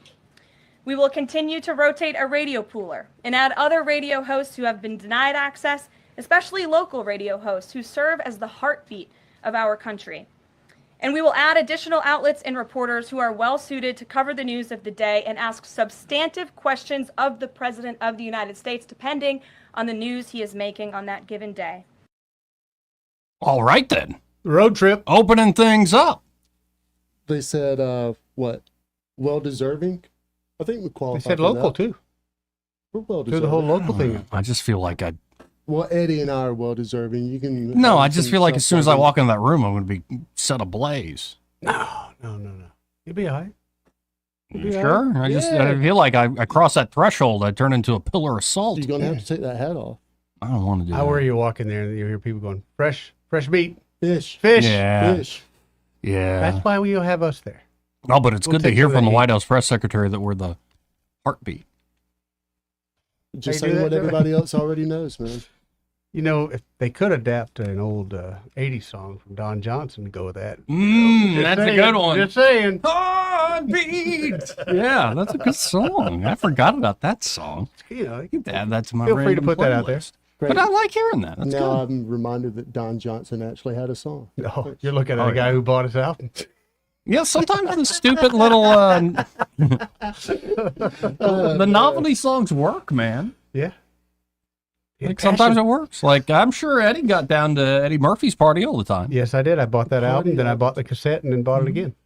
Who was it he had that bet with? Richard Pryor. Was it Richard Pryor? That he It could have a was. hit song? Yep. Yeah.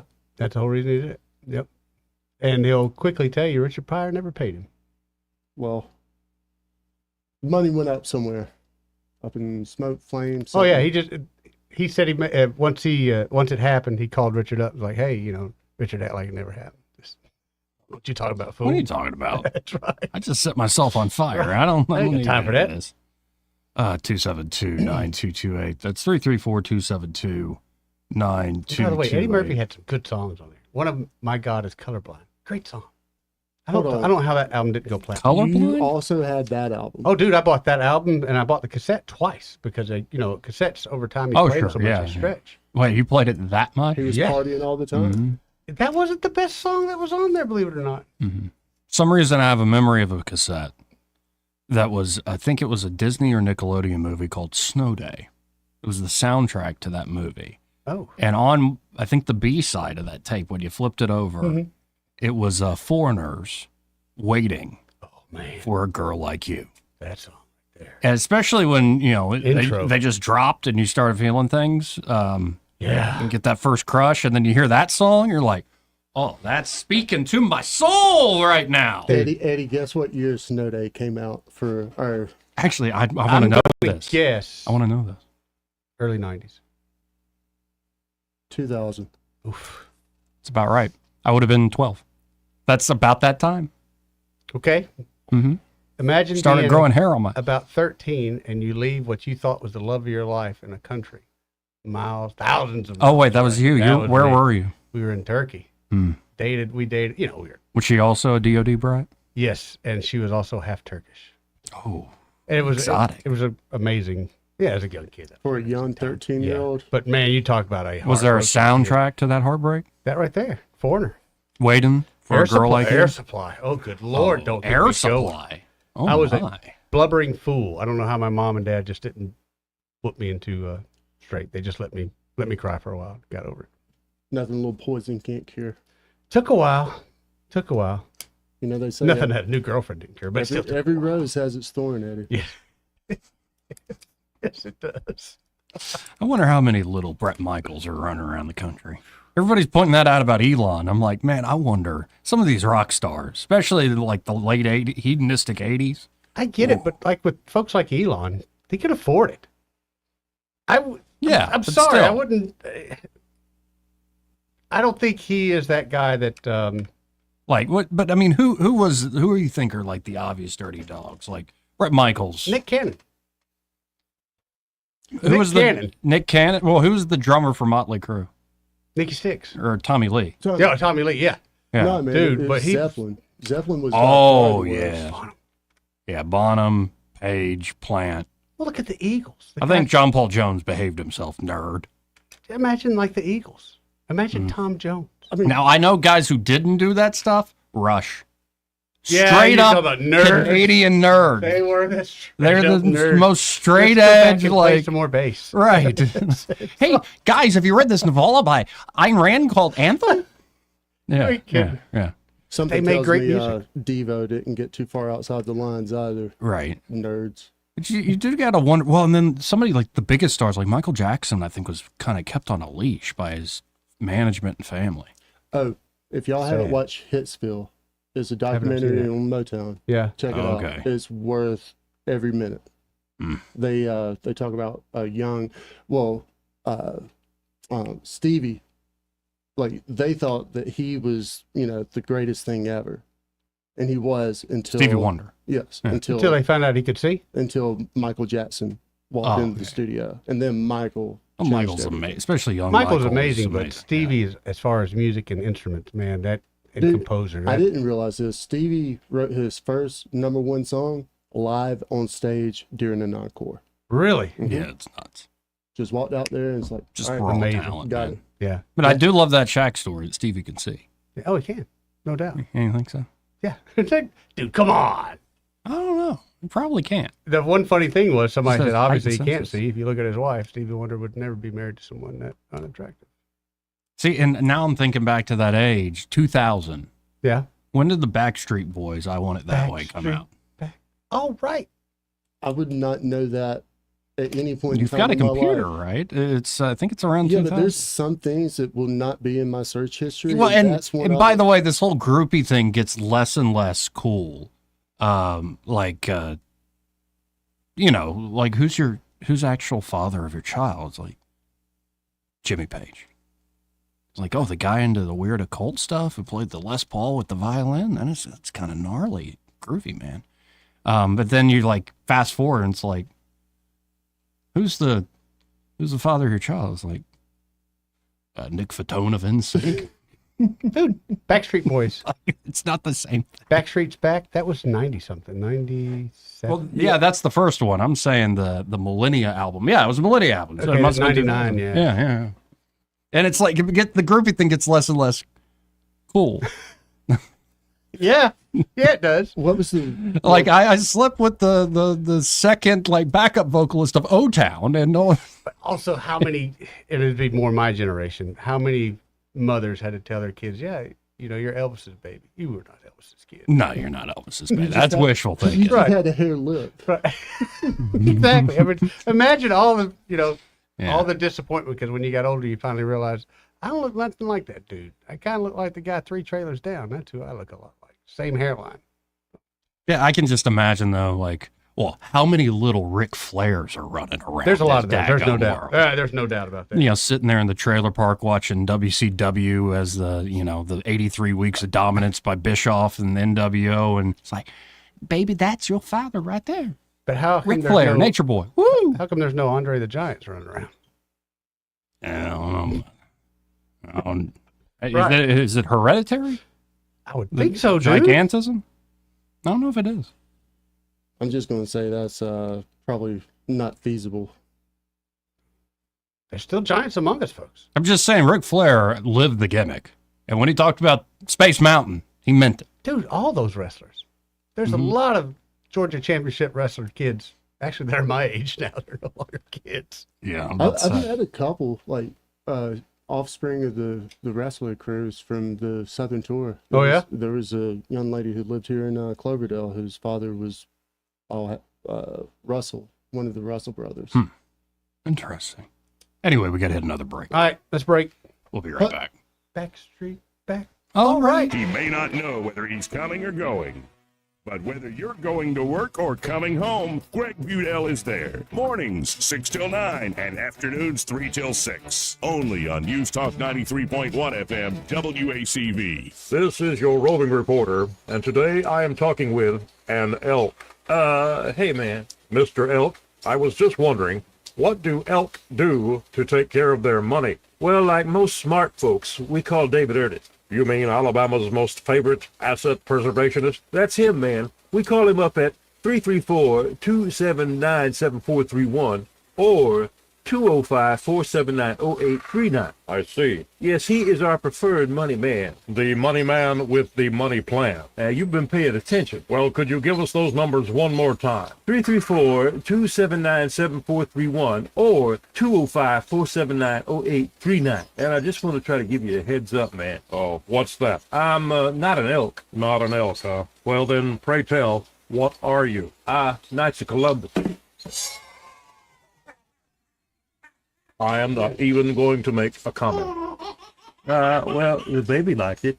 This hour of News and Views is brought to you by our good friends at Cole Plumbing, 279-8919. Cole Plumbing is number one in the number two business. You don't have to dig a hole. They have proprietary pipelining technology. Ask them about their tankless water heaters. Remember, when you have trouble with your bowl, call on Cole. Rich Thomas Weather, a service of H&H Carpets, across from Walmart on the Atlanta Highway, where right now you can get 1,050 square feet of carpet installed for $19.95, only at H&H Carpets in Montgomery. Rich Thomas Weather. We are enjoying a much better week of weather than last week, that's for sure. Tonight, partly cloudy, overnight low temperature down to about 43. The warming trend continues tomorrow. What a great Wednesday with a high temperature up to about 76. More sunshine. Scattered showers in the Thursday forecast as a front approaches, high 67. Behind the front, still mid-60s Friday with nice weather. And Saturday looks great, high 72. In fact, that whole first weekend of March looks great with a beautiful day on Sunday as well. From the Blue Water Weather Center, this is Rich Thomas. You can make your ASC loan payments from your phone anytime, anywhere. It's quick and easy. www.yourasccu.com. Federally insured by NCUA.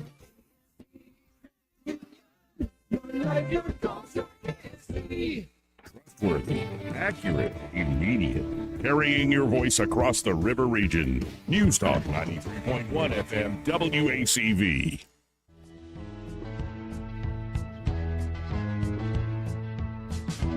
Joey Clark. Welcome back.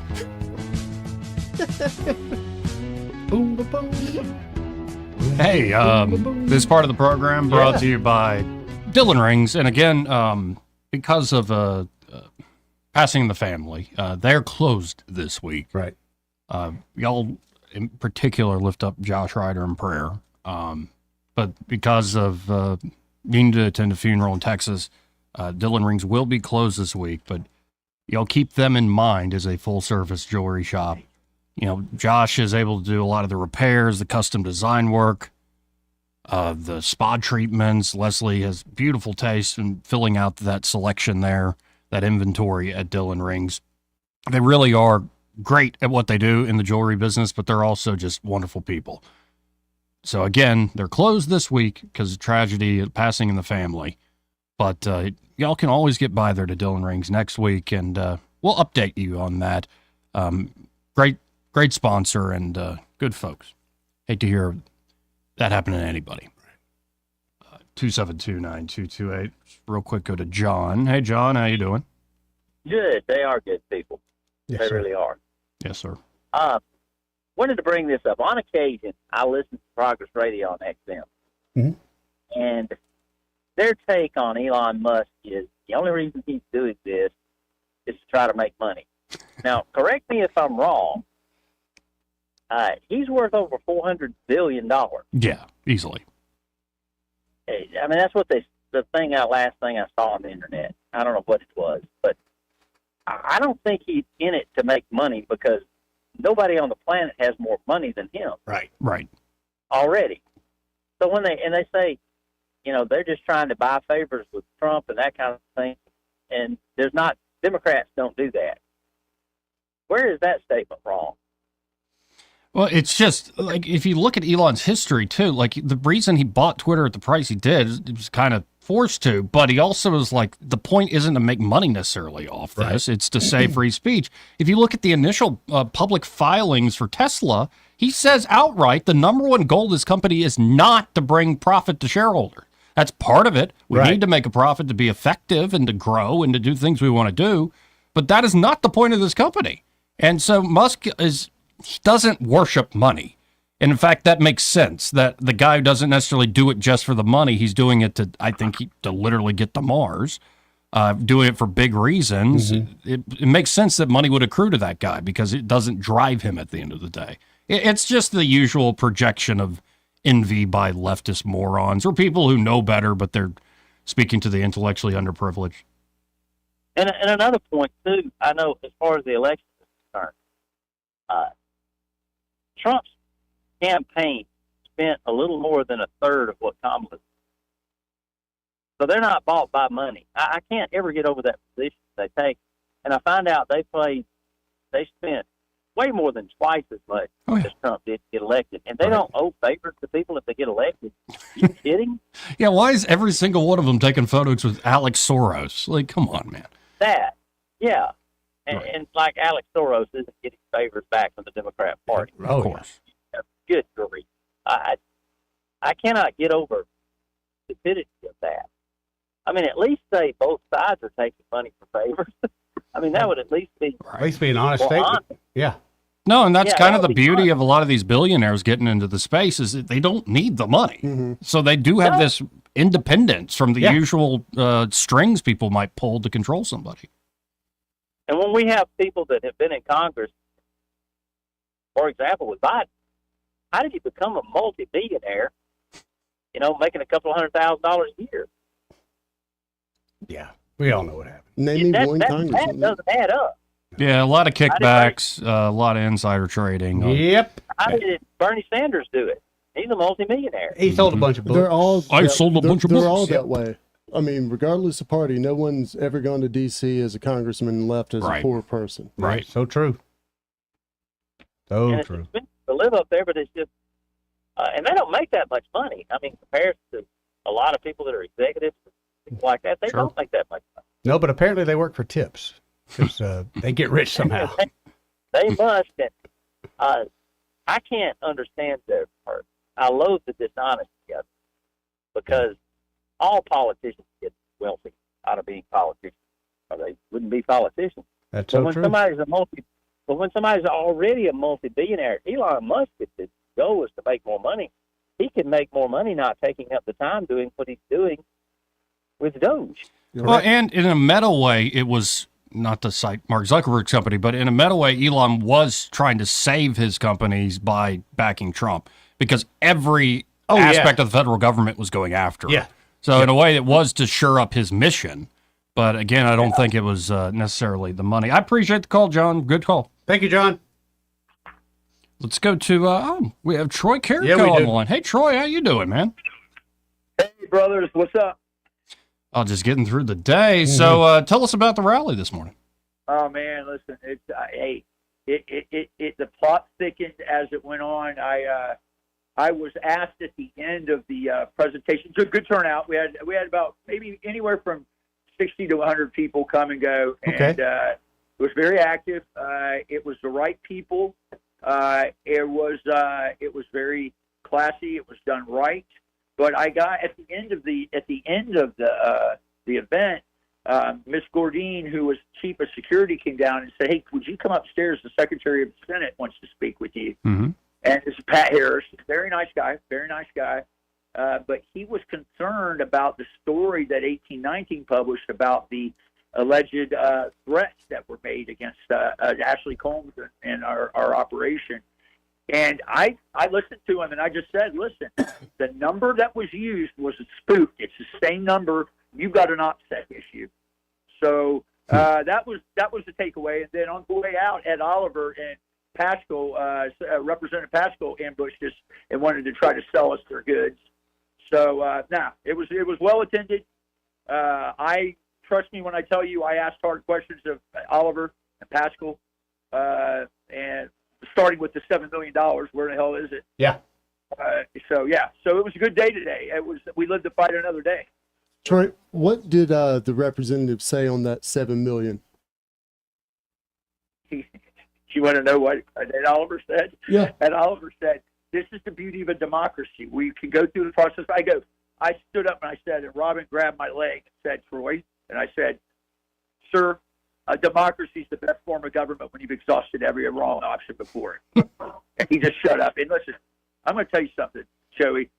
Ed Oliver's probably a nice guy. He's an Army aviator, but I am not impressed with. He talks a lot, but he doesn't say anything, guys. Well, it's a good skill to have in politics. Yeah. In the radio. Yeah, that too. Well, I mean, it sounds like they're going to keep pushing ahead, though, and I'd imagine that came up in the conversations with. Well, I think the takeaway is we know there's bad actors out there. And I'm talking within the walls of the veteran community and outside the walls of the veteran community. And I think that what we have to do is we have to take stock in ourselves. And this is a good starting point for Veteran Nation. And we will continue to grow, Joey. And with people such as yourself, Phil Williams, and Scuttlebutt Radio, you guys are all in 1819. You're such big proponents of us, and we're so grateful. And listen, if you would have heard the last speaker and Shannon McDaniel, I'll tell you what, it grabs your heart, man. Her son committed suicide after Kabul at the University of Alabama, and that $7 million, that's a hot topic to me. Where is it at, and why wasn't it being given out to veterans? And there wasn't. Sorry to keep asking all these follow-ups, but there wasn't any clarity from, say, the top brass there running Senate Security, like how that number was spoofed? No, listen. Let me rephrase that. Ms. Gordine, if you're listening, you are an outstanding consummate professional, the chief of security there. She's an outstanding individual. Her phone, though, has been compromised, and someone was representing themselves from the governor's office with her phone. And so they're looking into that right now. They're going to talk with Ashley Holmes. But no, listen.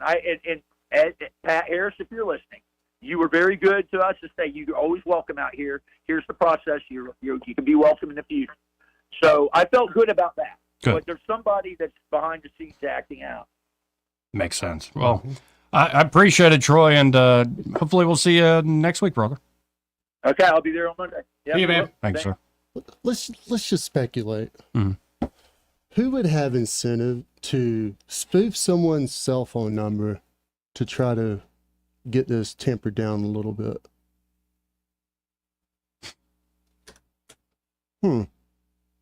That's I mean, even if it was spoofed, I'd be really surprised if it wasn't a lot of the same people involved. Sure. That's odd. That's just a very strange wrinkle. Well, let me be clear. Not the security. Yeah, no. The administration. Yeah, that's a really odd wrinkle. And I appreciated Caleb Taylor's extra reporting. Ooh, is that a felony? Is that person? I don't know. There are times where I wish I was a lawyer, but I am not. I don't ever wish I was a lawyer. I'd have to end up throwing you at the bottom of the ocean. Yeah. Yeah. Well, there's other reasons that might come up. Yeah. Right. Yeah, that's true. I could be your pastor. Joey. You killed your pastor? No, I could be. No. Oh, look at the time. We'll be right back. Want to carry News Talk in your pocket? Download the News Talk 93.1 app from the App Store. Available on iPhone and Android. Never miss a moment. Download now. Lewis at the Capital Oyster Bar, and I just want to tell you, if you're in business or got an event coming up and want to do some advertising, wisely spent dollars are spent down here at Blue Water Broadcasting. All the guys are nice, easy to work with, and I see results, I guarantee you. Our advertisers are our biggest advocates. Call us to find out how radio can increase your bottom line. Blue Water Broadcasting. Local folks helping local business. Is your business feeling the heat of cyber attacks? Tired of worrying about ransomware, data breaches, downtime, and employee mistakes? GTI Managed IT Solutions has been your trusted partner since 1999, safeguarding and supporting businesses like yours from the ever-evolving threats in the digital world. GTI, your peace of mind is guaranteed. Call us today at 819-4650 or visit gtinow.com. This hour of news and views is brought to you by our good friends at Cole Plumbing, 279-8919. Cole Plumbing is number one in the number two business. You don't have to dig a hole. They have proprietary pipelining technology. Ask them about their tankless water heaters. Remember, when you have trouble with your bowl, call on Cole. All the headlines the mainstream media won't touch. Your News Talk station. News Talk 93.1 FM WACV.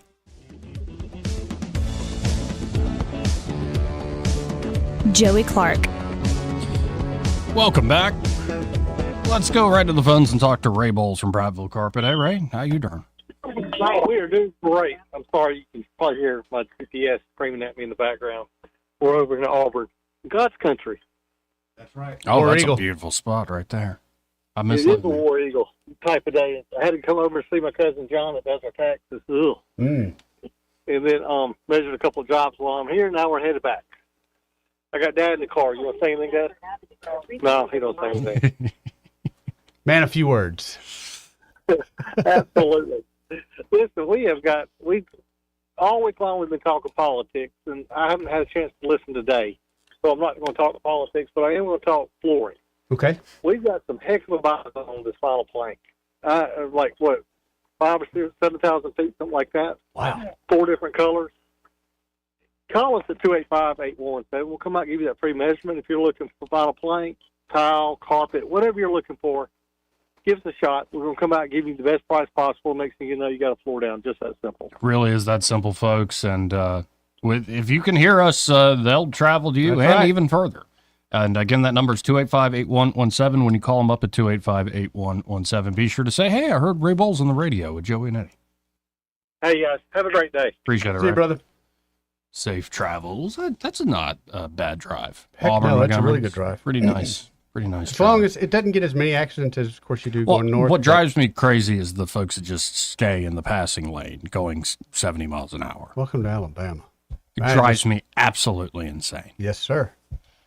Like, that is, like, even if you're going quick, like, get over to the right lane unless you're passing somebody. Well, I mean, last time I think there were 3 different spots between Auburn and Montgomery that had construction going on. Yeah. We're still at the same spot.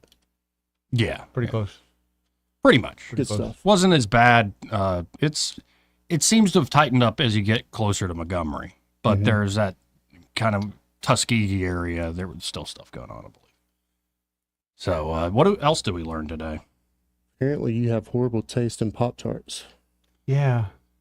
I'm trying That is to kinda... lose weight. How much? What's your goal?